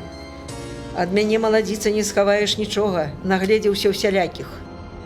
У нізкай прыбудове Маруся прыпынілася, рыбінымі вачыма умольна азірнула на Сцяпанова, агідна скрывіла рот. «Таварыш міліцыянер, пабудзьце тут, я зараз вынесу пашпарт». За гэтае імгненне Вячаслаў ужо паспеў агледзець цёмны пакой. Шэрая бярлога ўздоўж сцяны, шкафчыкі розных памераў і стол з закуссю, недапітай пляшкай. У попельніцы дымяцца цыгарэты. А галоўнае, што ён прыкмеціў, на стале стаялі 3 шклянкі. З некім жа жлукціла гарэлку. З кім? Хто яе дружкі? Зручны момант даведацца пра ўсё. Для чаго ж тады сюды ехаў? Таму ён катэгарычна запярэчыў гаспадыні. «Не, чаго ж мне стаяць у гэтай цемені? Пакажыце сваю хату. Хто тут яшчэ жыве?» Маруся нерашуча пераступіла парог, як бы нехаця. «А мо яна разыгрывае перада мной спалоханую авечку?» – падумаў Сцяпанаў. «Знарок бавіць час? Дае магчымасць некаму схавацца, даць лататы праз акно?» Такія здагадкі падбавілі рашучасці, і ён уладарна пакрочыў у наступны пакой. Злева руская печ чорным зеўралам пазірала на Сцяпанова. У запечку ложак, а на ім старая жанчына. На печы яшчэ старэйшая бабця. «Мая мама і мая бабка», – дрыжачым голасам прадставіла Маруся. «Добры дзень», – паздароўкаўся Сцяпанаў. Старыя ў адказ яму моўчкі кіўнулі галовамі і некуды далёка пазіралі сваімі ўтрапёнымі вачыма, як бы бачыўся ім той свет, а на гэтым яны толькі прысутнічалі, нічога тут не бачылі і не жадалі бачыць і знаць. Далей Вячаслаў не аглядваў пакой. Яго насцярожыў падазроны шорхат на чыстай палавіне, як бы нейкая валтузня. «Там хто?» «Унучак Алег гуляецца». «Унучак?» – перапытаў Сцяпанаў і ступіў да дзвярэй. Маруся кошкай скочыла ўперад, закрыла сабой дзверы, засталося выпусціць кіпці. «Не трэба, прашу вас». «Чаму? Што ў вас там робіцца?» Сцяпанаў не дачакаўся адказу, злёгку датыкнуўся да Марусінага пляча, даючы зразумець, каб саступіла з дарогі. «Эх, Маруся, Маруся, сівая душа, у цябе ж была магчымасць шапарнуць Сцяпану адно адзінае слова сцеражыся, не зрабіла гэтага, не хапіла смеласці. Ты клапацілася за сваіх сябрукоў, зладзеяў і сабутэльнікаў, толькі таму і не хацела, каб заходзіў міліцыянер у чысты пакой. Няўжо такімі чорнымі шорамі закрыўся для цябе ўвесь свет, што не ўбачыла ясных і добрых яго вачэй? Няўжо не здрыганулася тваё мацярынскае сэрца ад уяўлення, што можа здарыцца, калі трапіць участковы, амаль жа аднагодак твайго старэйшага сына у лапы параненых і загнаных у кут звяроў? Ён жа ратаваць цябе прыйшоў, Маруся. Клапаціўся, каб была прапісана, працавала, як усе сумленныя людзі. Ён жа збіраўся пагаварыць з табой пра дзяцей, як і чаму вучыш іх. Ты спалохалася за сваіх сябрукоў, ды якія ўрэшце яны табе сябрукі, яны прыблуды, клапы, нечасць на здаровым целе. Ты дала ім магчымасць схавацца, адсапсціся, агледзецца і паверыць у беспакаранасць. Пра што можна гаварыць са зладзеямі, выпіваючы з імі? Няўжо ніколі не скаланулася тваё сэрца, калі свайго сына Міцю Зайца, школьніка з чырвоным гальштукам, пасылала ганцом па гарэлку, вучыла хлусіць, хітраваць, маўчаць? Аднымі і тымі ж рукамі здароўкалася са зладзеямі, брала шклянку і гладзіла па галоўцы сына. Няўжо нельга зразумець, што гэта брыдка, агідна, а яшчэ злачынна? Няўжо спалася табе спакойна, Маруся? Няўжо не жахалася ад цяжкіх сноў? Відаць, калі жахалася, то ад уяўлення таго, што калі-небудзь абавязкова прыйдзе чалавек у форме з сінімі пагонамі і строга спытае: «Як жывеш, Маруся?» Ты баялася гэтага, а ты б радавалася, чакала б такой сустрэчы. Тады яна стала б тваім ачышчэннем, пачаткам нармальнага жыцця. Ты баялася, Маруся, чалавека ў міліцэйскай форме, а не падумала, як сапраўды стала б страшна, каб зусім не стала салдатаў справядлівасці, што б рабіла ўсялякая нечысць, каб адчула вольніцу, беспакаранасць. Можа, у далёкім будучым, калі ўсе людзі стануць на абарону дабрыні і справядлівасці, і адпадзе неабходнасць у міліцыі. Але ж пакуль ёй даручана абараняць гонар людзей, іх спакой. І таму салдатамі міліцыі, як правіла, становіцца лепшыя з лепшых сыноў. Не, Маруся, не маці ты, не чалавек, калі дазволіла Сцяпану уступіць на чыстую сваю палавіну. Якая ж яна чыстая? Ты акрывавіла, спаганіла старадаўні народны звычай, калі ў чыстай палавіне хаты заўжды збіраліся самыя жаданыя госці, там адбываліся самыя светлыя святы. Ты ж са сваёй чыстай палавіны зрабіла клетку для параненых звяроў і ў гэту загадзь упусціла чыстага, ненастроенага на лютую барацьбу са звярамі міліцыянера Вячаслава Сцяпанова. Эх, Маруся, сівая твоя душа! Сцяпан уступіў у пакой. Пасярэдзіне белая грубка, за ёй ложак. Крок, яшчэ адзін крок. Пад ложкам чмыхнуў мужчына, відаць, пыл залез у нос. І тут жа адгукнуўся тонкі дзіцячы галасок. Хацеў пасмяяцца з чмыхуна, але толькі коротка піскнуў, што мышка мо сам закрыў рот, ці нехта закрыў яму. Участковы ступіў яшчэ адзін крок, прыгнуўся і ўбачыў пад ложкам здаравеннага мужчыну. Таўсценны мех касцей і мяса. Як толькі ўсунуўся туды. «Прашу вас, вылазьце», – загадаў Сцяпану. «А не пальнеш са сваёй пушкі, начальнік?» – як з бочкі адгукнуўся глухі голас. Сцяпанаў насцярожыўся, даткнуўся правай рукой да кабуры з пісталетам. Чаму адразу пра пушку загаварыў? Значыць, ёсць чаго баяцца. Вячаслаў памкнуўся адшпіліць кабуру, але імгненна пранеслася думка. Там жа дзіцё, у хаце жанчыны. Прымяненне зброі – выключны выпадак. Паспею, калі што. Відаць, пад ложкам нехта з калгасных п'янтосаў. Трэба вывесці яго на чыстую ваду. У наступную секунду Сцяпанаў больш строга і настойліва паўтарыў свой загад: «Вылазьце!» Першым выскачыў чарнявы хлопчык з вачыма шчылінкамі і кінуўся да бабы Марусі. За ім, шкрабаючы рукамі, каленямі, пакрэктаваючы, вылазіў з-пад ложка лемехаваты дзяцюк. Вылез і не зводзіў вачэй з міліцыянера. Сцяпанаў атарапеў. Сэрца затахкала, але выгляду не падаў, што вельмі ўсхваляваўся. Перад ім паўстала чалавечая гара. Ён. Рагачоўскі жывёлавод, якога ўжо каторы дзень шукае ўся міліцыя.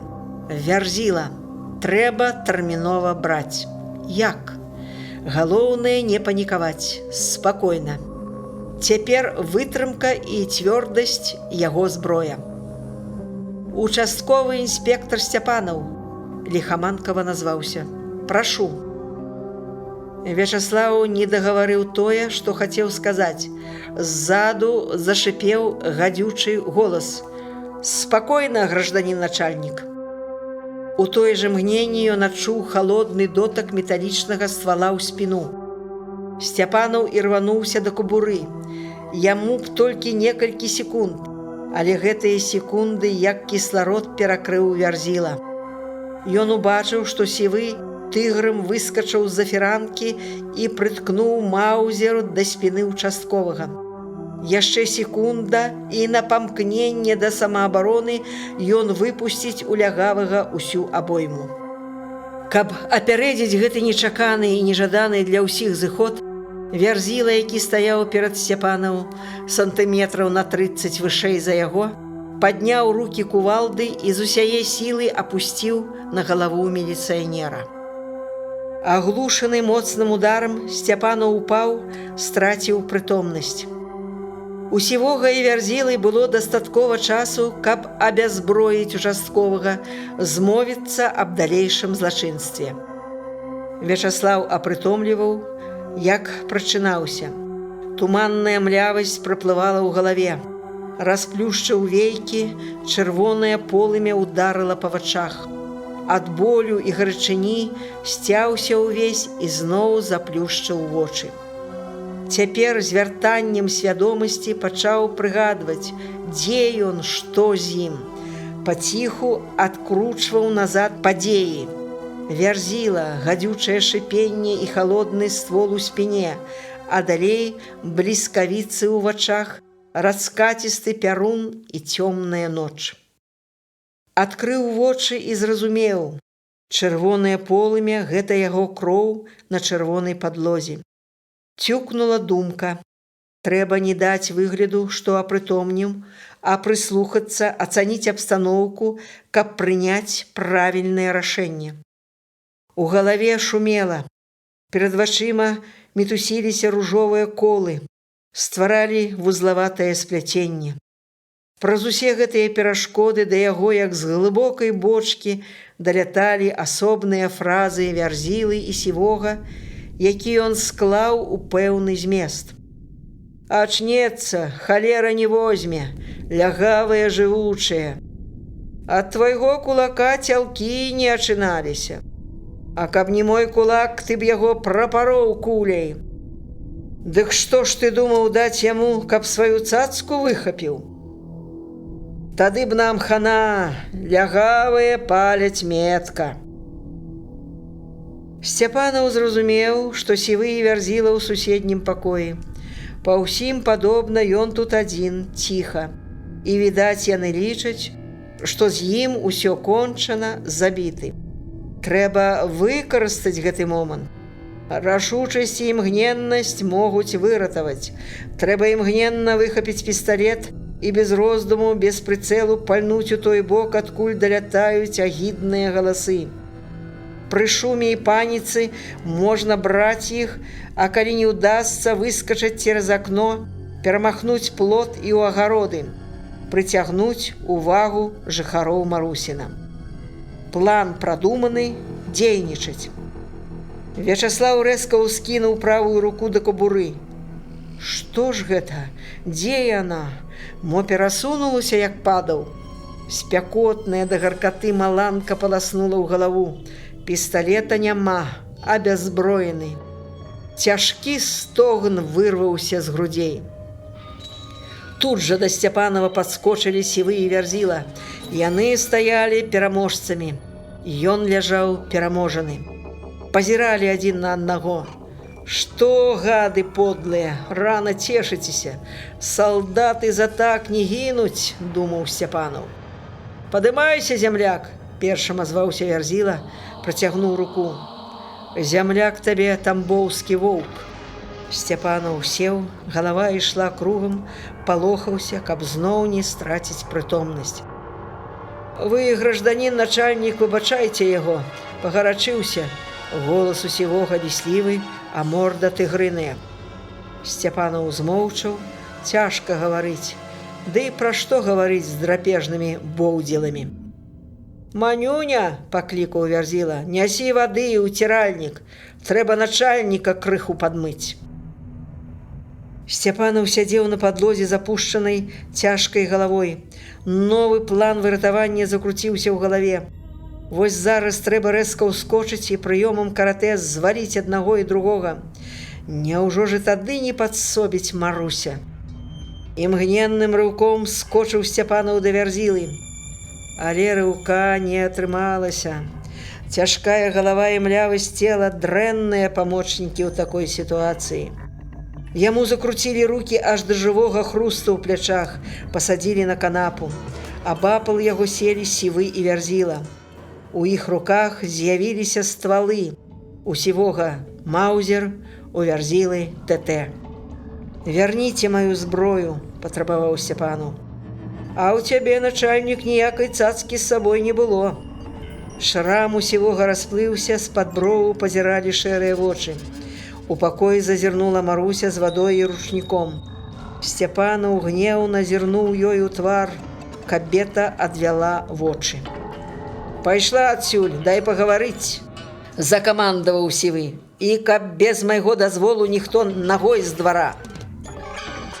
Яна пакінула ў пакоі вядро з вадой, ручнік. Дзверы за ёй паслухмяна зачыніліся.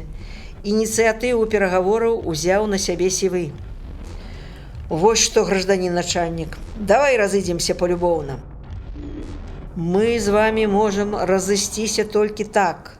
Вы ў турму, я ў міліцыю. Не гарачыся, не лезь раней бацькі ў пекла. Вы абкладзены, не выйсці вам адсюль. Мой маршрут вядомы ў аддзеле міліцыі». Сцяпанаў пачаў словамі дабіваць звярух. «Дык вой жа, начальнік, хочам цябе прасіць, каб вывез нас на сваім матацыкле далей ад Рагачова. Я ж цябе некалі падвозіў у горадзе», – крыва усміхнуўся Вярзіла. «Магу вас падвезці толькі ў аддзел міліцыі. У вас адна дарога, адзіная». Камсамолец загідаю зірнуў на страшныя вусатыя мардзелі. Сівы дастаў з кішэні і паказаў заклеены пачак грошай.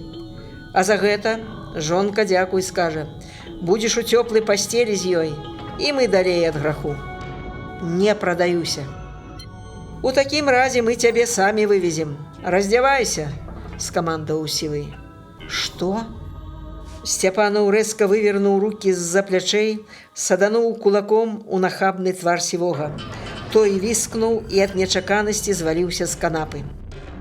На участковага мядзведзем наваліўся Вярзіла, заламаў правую руку і жалезнай рукаяткай пісталета грымнуў па галаве. «Так яму, дабівай», – пачуў Сцяпанаў злосны крык Сівога і страціў прытомнасць.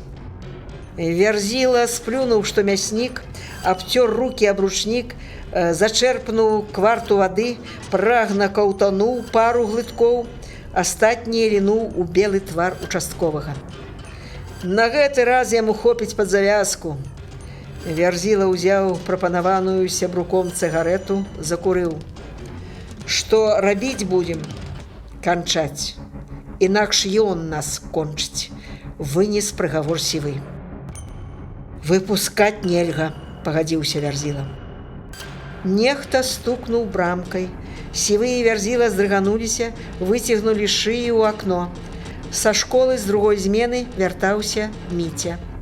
Сцяпанаў нерухома ляжаў на падлозе.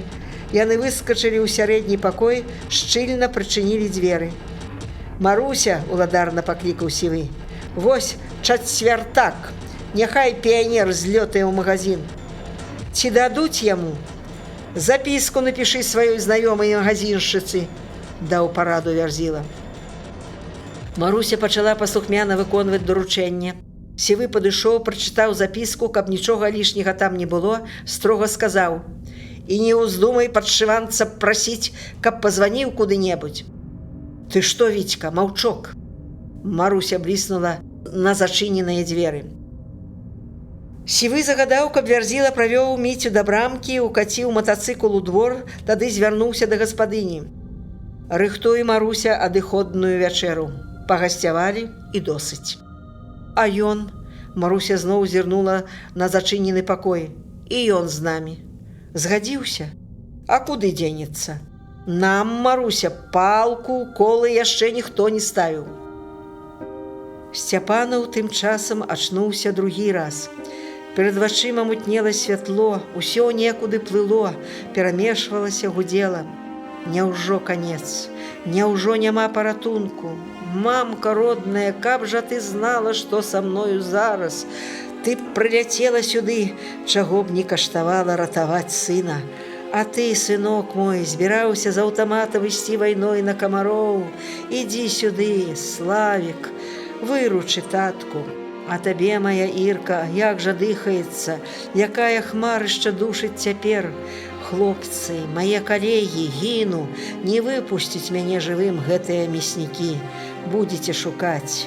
Як жа аблегчыць вашу працу? Знойдзеце, лічыце не трусам». Смела зрабіў крок да амбразуры, хацеў прыкрыць, вораг на секунду апярэдзіў. Трэба падаць сігнал сваім. З гэтай думкай Сцяпанаў ціхенька дастаў з кішэні кіцеля пачак беламору і белую шарыкавую ручку з зялёным стрыжнем. Не раздумваючы, напісаў на беламору тое, што сядзела ў галаве. Вярзіла забіў.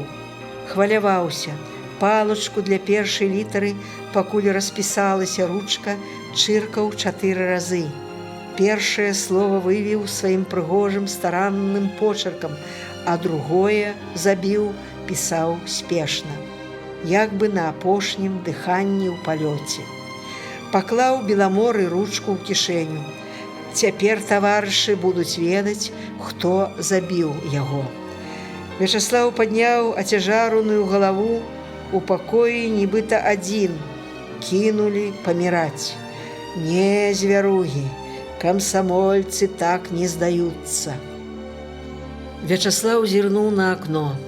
За ім воля, прастор, паветра, якім дыхаюць людзі, і нават забываюцца, што яны жывуць, таму што дыхаюць. Якое шчасце вольна дыхаць. Паціху падпоўз да акна, абапёрся на рукі, падняўся. Вось тут за шапкі. Шчоўкнуць імі і кульнуцца ў агародчык. Сцяпанаў адкрыў першую зашчапку, але лёгкага шчаўчка было дастаткова, каб у пакоі ўляцеў Сівы. Каршуком ашчапераў ззаду, асадзіў на падлогу і некалькі разоў за салодай садануў чаравікамі ў жывот. «От жывучы!» – паскардзіўся Вярзілу, які ўляцеў следу за ім. Вячаслаў сцяўся ад болю. Для яго зноў адключыўся свет, а Сівы і Вярзіла працягвалі здзеквацца. «Павядзеш, Віктор, Мільтонаў матор, мо б прымерыў яго форму?» «Куды яна мне? На нос!» – гатнуў Боўдзіла. «Давай-ка я прыкіну. Табе, Вітька, якраз.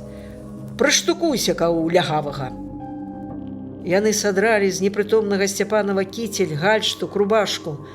Пакуль Сівы здзекліва прымяраў форму, Вячаслаў са стогнам адкрыў вочы, паслаў пракляцце злачынцам. «Гады, што робіце, звяры? Глядзі, ты яшчэ абзываецца!» Сівы і Вярзіла паставілі адбіткі сваіх брудных чаравікаў на белай майцы Сцяпанава. «Ды ну яго з формы, аж мурашкі па спіне бегаюць ад яе!» – плюнуў Сівы. «Давай назад адзенем». І яны, зрываючы гузікі на кіцелі і рубашцы, нацягнулі іх зноў на ўчастковага. пасадзілі ля швейнай машыны, а самі, не выпускаючы з рук пісталеты, прыселі за стол. Міця якраз прыпёр з магазина 3 пляшкі гарэлкі. Сцяпанаў і Міця сустрэліся позіркамі. «Дапамажы, піянер, гэта ж так проста набраць па тэлефоне ўсяго 2 лічбы 02. Гэта ж так проста шапарнуць людзям, не крыкнуць, калі не можаш, а толькі шапарнуць. У хаце забіваюць міліцыянера. Адзін маленькі крок, і для Сцяпанава наступіць выратаванне. А ты, піянер Міця, здзейсніш подзвіг. Як мала да подзвігу, 1 крок, а які ж ён цяжкі, не кожнаму пад сілу. Гэта ж мой быў твой самы галоўны крок у жыцці, Міця. Не зрабіў, не гатовы, збаяўся. Як жа ты збіраешся жыць, Міця? Ці апраўдаюць усе твае астатнія крокі па жыцці вось гэты адзіны, які ты не зрабіў, збаяўся зрабіць? Сівы разліў у 4 шклянкі пляшку гарэлкі. Паднёс 1 шклянку Сцяпанаву. «Выпі, начальнік!» «Не ўжываю». «Крыўдзіш, начальнік, ад душы прапаную». «Твая душа даўно чарцям смалу варыць, і цябе ў катле чакае». Сівы скрыгатнуў зубамі, а Вярзіла аклікнуў яго. «Што прыстаеш да лягавага? Давай кінем самі, а то кішкі зліпліся». Чокнулася з імі Маруся. Бабці на печы сядзелі, як мышы пад венікам, нават адвярнуліся да глухой сцяны. Глухімі і сляпымі зрабіліся. Падціснуўшы хвост, сядзеў у другім пакоі Міця, нават спрабаваў адшукаць па тэлевізары мульцікі. Сцяпанаў дастаў пачак беламору, кінуў позірк на свой запіс. Крышку супакоіўся. Будзе хлопцам нітачка для разгадкі. Пачаў закурваць. Ты толькі не пусці нас у дым, затурбаваўся Сівы. А Вярзіла за абедзве шчакі закладваў гуркі і сала. Сцяпанаў моўчкі курыў. Ад некалькіх зацяжак да ташнаты памутнела ў галаве. Паспяшаўся прытушыць папяросу. Трэба трымацца. Спакойна, Вячаслаў, адпачні круху. Набярыся сіл, мабілізуй усё, што засталося, каб вырвацца з пасткі. Няхай п'юць, жуюць, мо страціць пільнасць, аслабнуць. Але ж не выпускаюць пісталеты, ляжаць побач з гуркамі. У любую секунду могуць прадзіравіць. А ў хаце шматлюдна. Ці мала хто яшчэ натрапіць на іх кулі. Не, у хаце пачынаць валтузню рызыкоўна. Адчуваў, у любым выпадку барацьба будзе няроўнай, не ў карысць яго, ужо напалову забітага. Але змагацца будзе да канца, да апошняга дыхання, як рабілі гэта аднагодкі ў гады ліхалецця. Дапіта гарэлка, дажаваны гуркі. У вокны сонца пасылае развітальныя промні. «Ну, што, начальнік, не хацеў нас вывезці, як абяцалі? Цябе павязём». Сівы курыць і трымае ў руках доўгі ствол. «Мо каб не надумаў, чаго звяжам?» — уносіць прапанову Вярзіла. «Талкова, Віктор, скокні, здымі з дрэва гушкалку». Вярзіла, пакалыхваючыся з боку ў бок, з доўгімі, як у гарылы, рукамі выходзіць на двор. Сівы не зводзіць вачэй з ахвяры, адначасна даводзіць. «Сядзеш, гражданін Мільтон, у каляску, будзеш суправаджаць нас. І каб без дурыкаў». «Адкуль у цябе, Сівы, столькі злобы? Няўжо дакляравала маці, як спявала калыханку, а мо перадаў бацька, які ўсё жыццё аж да пенсіі працаваў на заводзе. Дзьмухалі на цябе адзінага сына, і ты ўцяміў, што і ўсе астатнія гэтак павінны ставіцца да цябе. Не, у жыцці галоўнае не браць, а аддаваць. Што аддаў, тое тваё. Што ж ты аддаў радзіме? Нічога. Вось пусты нуль, і атрымаеш, і не будзеш мець на зямлі нават сваёй магілы. «Вяжи!» – камандуе Сівы. И Верзила послухмяным боўдзелам подступается до Сцяпанова. «Адкуль у цябе, Верзила, такая вужовая слезота? Чым купіў цябе Сівы? Чым задаўжаў ты яму? Мо тым, што навучыў цябе лоўка красці, мець лёгкія грошы? Дык лёгкая, Верзила, усё дымнае, хутка згараючае, і ніводная самая сучасная пажарка не паспее выратаваць, калі пыхне. Даўгавечнае цяжка даецца, мазалямі рук, потам, крывёю сэрца. Але ж яно даўгавечнае, калі не вечнае». Над вёскай Марусіна, над гарадком Рагачовым, над планетай Зямля загараліся касмічныя зоркі. Мільёны сем'яў глядзелі тым вечарам міжнародную сустрэчу па хакеі паміж зборнымі камандамі СССР і Чэхаславакіі. Пасля фільм «Вечны кліч».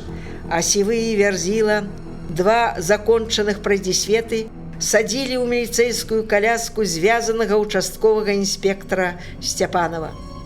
Верзила ўзяўся кіраваць матацыклам, Сівы сеў на задняе сядзенне, напагатове трымаў маузер. Праводзіла іх Маруся.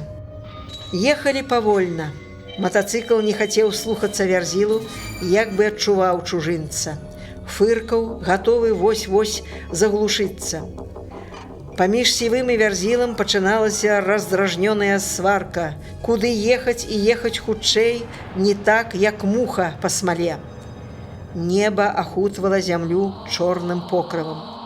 Дзейнічаць, вылузнуцца ад злачынцаў, хаця галава і цела наліты свінцовай цяжкасцю. Дзейнічаць. Для пачатку развязаць рукі. Сцяпанаў пачаў ліхаманкава шавяліць пальцамі, намацваць слізкія канцы вяроўчыны. Рукі пад брызентам, можна шпарчэй развязаць. Матацыкл мінаў марусінскі беразняк, пад'язджаў да шашы. Прыпыніліся, азіраюцца подлыя палахліўцы. Злева Рагачоў, справа забалоцце. Куды павярнуць? Пераехалі шашу, пакіравалі па бярозавай прасецы. Што задумалі? Вячаслаў адчуў вольнымі рукі, размяў кісці. Рукі развязаныя. Лес, цемень, падвыпіўшыя боўдзелы. Хаця іх два і з пісталетамі. Можна паспрабаваць. Увага, Слава, напруж свае сілы, збяры ў кулак волю, забудь пра боль і туман у галаве.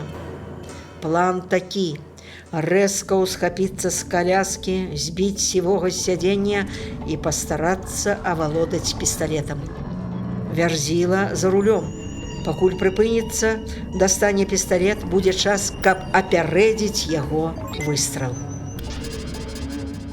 Мілы родны Славік, мужны Вячаслаў, верны да канца свайму доўгу міліцыянер Сцяпанаў, ты ж не ўлічыў аднаго. У твой карак няўмольна пазірала чорнае вока маузера. І як толькі ты зашавяліўся ў калясцы, а ў гэты час у глухім лесе заглушыўся матор, Сівы як бы разгадаў твой намер і ва ўпор націснуў спускавы курок. Ён скочыў з сядзення, сунуў атарапелым ад нечаканасці Верзілу свой маузер. «Страляй!» «Ды ўжо ж, навошта яшчэ? Страляй!» Аж пена з рота. «Страляй, кажу, а то націсну самы неўлягавага, а ў цябе!» Верзіла на гэты раз паслухмяна ўзяў у рукі пісталет, падышоў да матацыкла і зрабіў свой выстрал у вуха забітага ўжо Сцяпанова.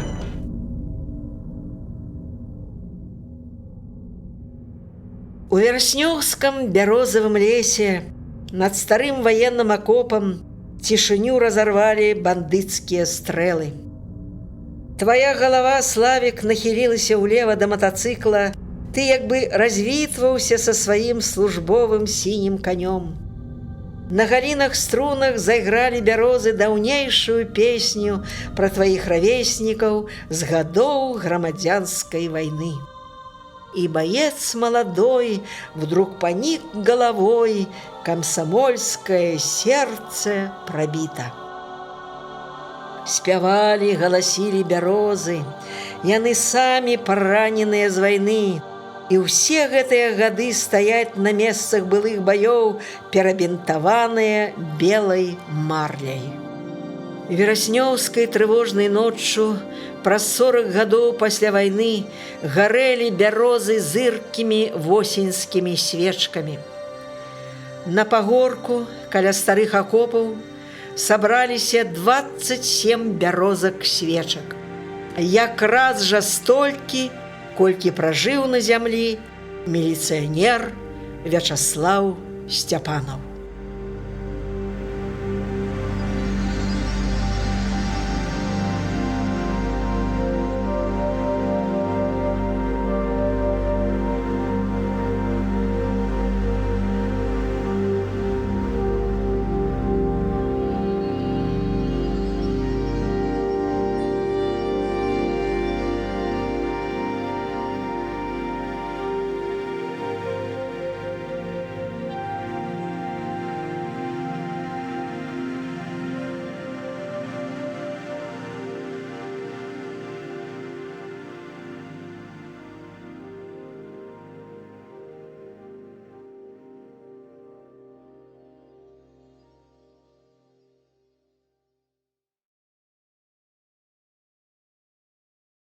Пасля стрэлаў над старым акопам. Малодшага лейтенанта міліцыі Вячаслава Сцяпанова знайшлі на 3-й дзень. Некалькі пошукавых груп працавалі на яго ўчастку. Брыгада ў складзе участковага інспектара Міхалькова, опер-упаўнаважанага Зайцева, братоў Валерыя і Рыгора Сцяпановых абследавалі вёску Марусіна. Ужо збіраліся ад'язджаць, як сюды ж пад'ехала група Бондарава, Дятлава і Касэнкі. Затрымаліся. Яшчэ раз падышлі да копанкі ля Марусінай хаты. Што такое? Дзіўная масляная плёнка каля берага. Прыгледзеліся. На сярэдзіне копанкі маленькімі бурбалкамі падымаюцца ўверх кропелькі масла і тонкай плёнкай расплываюцца ля берага. Валера Сцяпанаў раздзеўся, зайшоў у ваду. Праглядваецца кола як бы з матацыкла. Падалі яму доўгі кій, кола круціцца. Тэрмінова выклікалі вадалаза кран.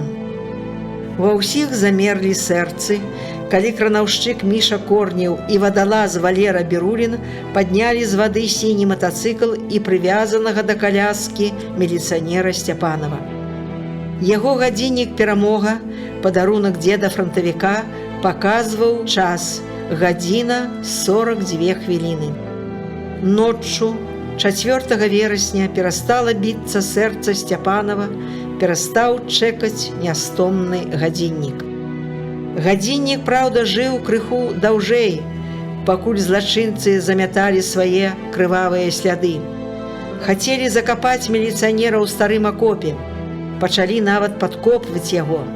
Але, відаць, рукі трэсліся і ў іх. Вырашылі не справіцца і да ранку. Новая задума – спаліць. Але ж дзе ж ноччу возьмеш дровы? Тады і прыгадалі глыбокую копанку ля Марусінай хаты. У кішэні Сцяпанова знайшлі пачак беламору, а на ім надпіс «Вярзіла забіў». Усе зразумелі, злачынцы недалёка. Сваім жыццём Сцяпанаў затрымаў і выявіў бандытаў. Цяпер ужо дакладна ведалі, Сівы і Вярзіла не проста зладзеі, узломшчыкі магазінаў, а ўзброеныя небяспечныя злачынцы. Іх трэба тэрмінова затрымаць. У пошук включыліся новыя аператыўныя групы міліцыі, народныя дружыннікі. На ўсіх шасейных дарогах і чыгунцы дзейнічалі міліцэйскія пасты. Сівога і Вярзілу пасля іх зладзейскіх стрэлаў над старым акопам затрымалі праз 2 тыдні. За гэты час яны паспелі ўкрасці «Жыгулі» і прагуляцца па Смаленскай, Калінінскай, Пскоўскай абласцях. Абабралі 8 магазинаў. Наслед забойцаў аператыўная група міліцыі напала пад Віцебскам. Капітан міліцыі Семянец, старшына Кавалеўскі і вадзіцель старшы сяржант Палудзеткін тэрмінова выехалі па трывожным сігнале вадзіцеля маршрутнага аўтобуса. Сівы і Вярзіла, кінуўшы «Жигулі», ехалі рэйсавым аўтобусам Віцебск-Веліш. Пасля бяссоннай ночы і выпітага каньяку іх размарыла. Вярзіла сядзеў каля акна, Сівы каля праходу. Час ад часу яны падымалі цяжкія павекі, аглядвалі пасажыраў, ацэньвалі абстаноўку.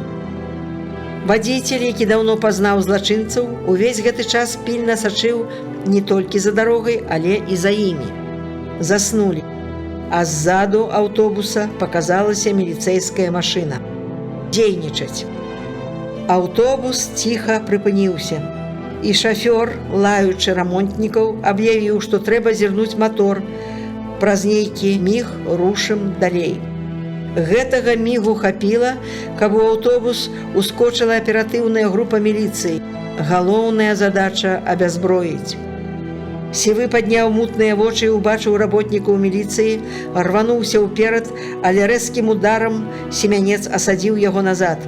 Палудзеткін ухапіў Вярзілу за правую руку, але не саўладаў з ёю.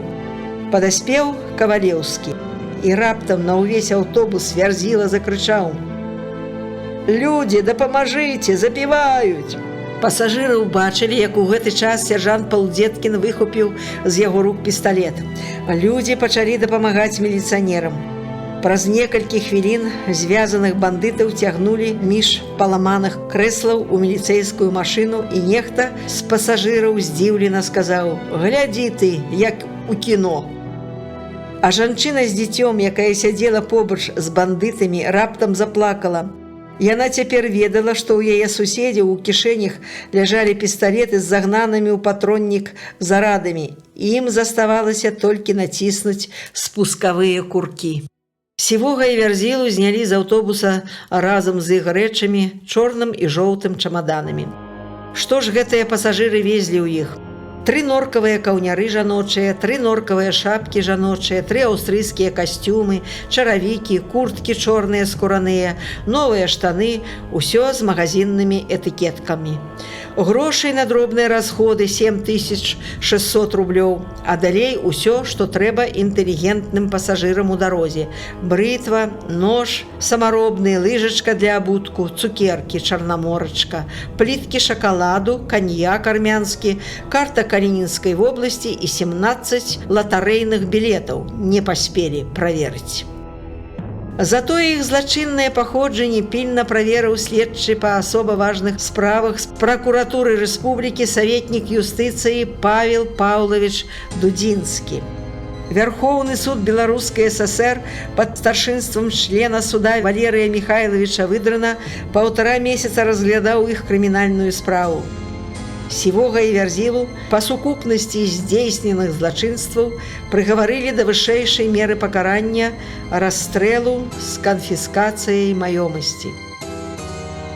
Неўзабаве пасля суда, калі Сівы і Вярзіла, карыстаючыся гуманнымі правамі нашага заканадаўства, спрабавалі прасіць аб памілаванні, мне ўдалося іх бачыць, задаць некалькі пытанняў. Хаця і гаварыў з кожным паасобку, адказы атрымаў аднолькавыя. Ваша самае вялікае пажаданне сваім дзецям. Каб не былі такімі, як іх бацька, каб заўсёды задумваліся аб тым, што збіраюцца рабіць.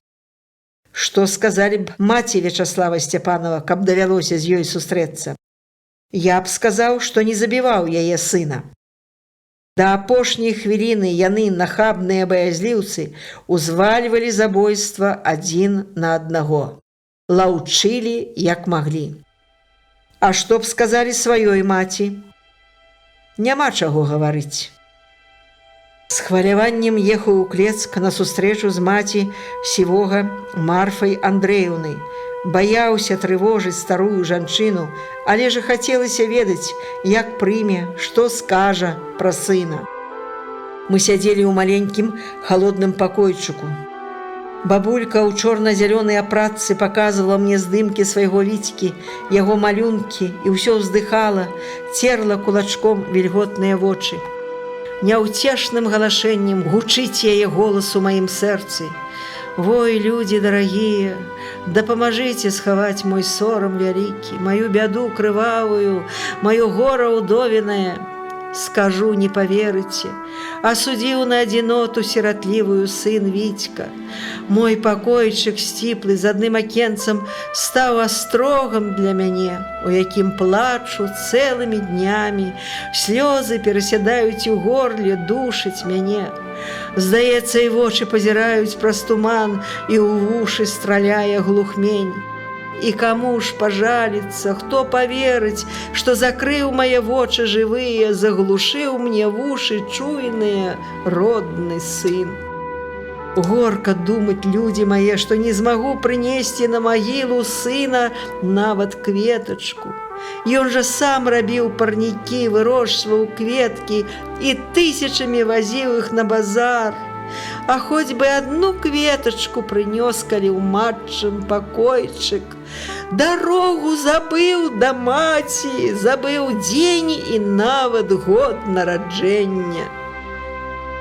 Вось як зацягнулі яго ў балота хцівасць, прагнасць, пагарда да матчыных запаведзей. Увысь хацеў лятаць, а грошы ў балота зацягнулі. Казала ж, сын, што ўвысь могуць падняць чалавека толькі крылы, а ты смяяўся з мяне. Што б я сказала маці міліцыянера, галашэнне якой скаланае і маё сэрца, пазірнула б ёй у вочы і сама залілася б слязьмі. Я нават не адчаялася б папрасіць у яе літасці. Не магу забыць і сустрэчу з маладзенькай удавой Ірай Сцяпанавай. Яе размова, ўспаміны, яе адказы на мае пытанні склаліся ў горкае галашэнне. Мой любы Славік, мой верны муж, хіба ж ведала, хіба чакала, што так раненька давядзецца спазнаць горкія слёзы ўдовіны. Чорнай хмарай наваліліся яны на мяне, душуся імі, гатова ўтапіцца ў іх. А я ж ніколі яшчэ так не плакала. Я ж і не думала, што можна цэлымі дзянёчкамі плакаць, бо не ўяўляла такога гора, такой бяды. Славік мой родны, не ведаю, як складзецца маё жыццё. Я толькі пачала жыць, упэўнена ў адным цвёрда, выгадую сына вартага бацькі, вырасце, Славік, вельмі падобным на цябе, і буду старацца, каб займеў тваё сэрца і каб яно навучылася так кахаць, як гэта ўмеў ты, мой незабыўны Салоўка. Плачу па табе, слязьмі пішу, як умею, верш у твою памяць. Сын вырастет, узнает об отце, каким он смелым был и честным, и память светлую он пронесет через года и поколения в сердце. Родны мой, знаю цябе, ты трымаўся і змагаўся да апошняга, ганаруся табой. І ведай, новы Славік Сцяпанаў вырасце і прыме прысягу на вернасць бацьку і бацькаўшчыне.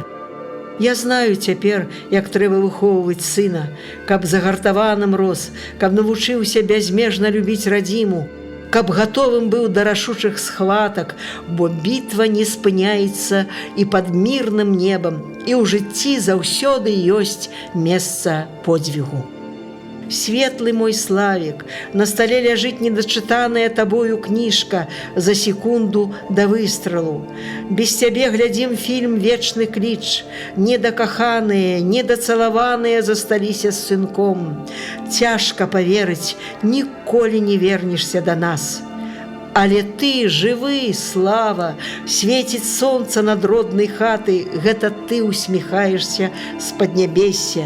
Птушкай вольнай лунае песня, гэта ты акрыліў яе. Рунь кусціцца, сад расцвітае, гэта ты вясновы ідзеш па зямлі. Да камсамольскіх і службовых грамат і падзяк Вячаслава Сцяпанова далучаны ордэн Чырвонай зоркі пасмяротна. Загадам міністра ўнутраных спраў СССР малодшы лейтенант міліцыі Вячаслав Мікалаевич Сцяпанаў залічаны навечна ў спісы асабістага складу Рагачоўскага аддзела ўнутраных спраў. Рашэннем гарадскога савета народных дэпутатаў вуліца Новадняпроўская ў Рагачове перайменавана ў вуліцу Сцяпанова Вячаслава Мікалаевича. На магіле участковага інспектара Вячаслава Сцяпанова стаіць гранітны помнік. У Гомельскім абласным управленні ўнутраных спраў устаноўлена высокая ўзнагарода прыз імя Сцяпанова. Яго ўручаюць пераможцам сацыялістычнага спаборніцтва. За прыз імя Сцяпанова, які прызначыў Рагачоўскі гарком камсамола, змагаюцца участковыя інспектары-камсамольцы і камсамольска-маладзёжныя калектывы на жніве. Гарком камсамола перадаў камсамольскі білет Вячаслава Сцяпанова пад нумарам 1058-7625 на вечнае захаванне ў камсамольскую арганізацыю ўнутраных спраў. Уручаны камсамольскія пуцёўкі на работу ў міліцыю Александру Цыбулькіну і Владзіміру Сідькову. Абодва папрасіліся: накіруйце на ўчастак, дзе працаваў Вячаслав Сцяпанаў. Вось як услаўлена жыццё, чыстае і сумленнае. Але ёсць у нашай аповесці героі, якім варта моцна задумацца над сваім жыццём. Трагедыя ў вёсцы Марусіна вымушае гэта зрабіць. Хіба ж Сівы і Вярзіла забілі толькі участковага інспектара міліцыі Сцяпанова? Яны стрэлілі ў яго жонку, сынка, маці, бацькоў, братоў, сясцёр. Яны стрэлілі ў сваіх дзяцей, а гэта яшчэ 6 юных сэрцаў. Яны стрэлілі ў сваіх мацярок і жонак, у свае прозвішчы, якія нават не названы ў аповесці, бо яны забітыя. Суд разглядае справы, карае людзей, якія яўна парушылі закон. Але ж існуе суд яшчэ больш строгі і патрабавальны – суд сумлення. Гэта калі чалавек сам сабе следчы, пракурор, суддзя і міліцыянер. Гэта калі ідзе строгае ўнутранае ачышчэнне: ці не так раблю, ці так жыву. Чым часцей кожны чалавек будзе правяраць сябе на такім судзілішчы, тым меней стане няшчасцяў, бед і гора на зямлі. Як гэта проста супыніцца, задумацца і спытаць сябе, ці так, ці не так. Паспрабуйце. Мінаюць дні, бягуць гады. У чалавечай памяці асядаюць хвалючыя падзеі, незабыўныя вобразы. Жыве ў маім сэрцы мужны Слава Сцяпанаў. Заўсёды з удзячнасцю прыгадваю тагачаснага начальніка палітаддзела Міністэрства ўнутраных спраў БССР Геннадзя Пятровича Антипова, які натхніў мяне напісаць гэту аповесць. Статны і высокі генерал, на твары строгасць, а ў ачах, які на сэрцы чуллівасць і добрая заклапочанасць, доўга і натхнёна гаварыў мне пра участковага міліцыянера Сцяпанова, пра яго службу і подзвіг. Пасля павёў да стэнда. «Вось яны, гонар нашай міліцыі», – сказаў Геннадзь Пятрович. «Пабудзьце тут, а я на хвілінку адлучуся». Зразумеў намер генерала, пакінуў мяне ля стэнда, каб лепш ацаніў людзей у сініх пагонах. Стэнд пачынаецца партрэтам арганізатара міліцыі ў Мінску Міхаіла Васильевича Фрунзе. Далей ідуць прозвішчы: Савекін, Славінскі, Сёмін, Акінчыц, Сенькевіч, Скараход, Бабкоў, Тамілаў, Уладзіміраў, Грыцкевіч, Шымко. Усяго 24. Розныя па ўзросту і званнях. У розныя гады здзейснілі свой подзвіг. 1920, 1941, 1945, 1960, 1967, 1979. На велічным стэндзе партрэт Вячаслава Сцяпанова. Яго дата пазначана вераснем 1984 года. Он мечтал, только вдруг оборвалась весна в той неравной отчаянной схватке, и напрасно его ожидала жена до рассвета у детской кроватки. Нет, не может уйти человек без следа, в то, что нет его с нами, не верьте. Он спешил, как обычно, на службу тогда, а шагнул участковый в бессмертие. Неизбежно взойдет новой жизни заря, и не будет убийц, хулиганов. Значит, жизнь свою юную отдал не зря участковый инспектор Степанов. Такую балладу-песню про участковага склаў капітан міліцыі Сергей Давідовіч. І спяваюць яе бярозкі над старым акопам. Разносіць яе па зялёных верхавінах ветер вясновы, ветер крылаты. З тае пары, як сталі сведкамі глухіх стрэлаў у начной цішыні, стаяць яны ў трывожнай варце, зорам і людзям спяваюць легенду пра участковага міліцыянера Вячаслава Сцяпанова.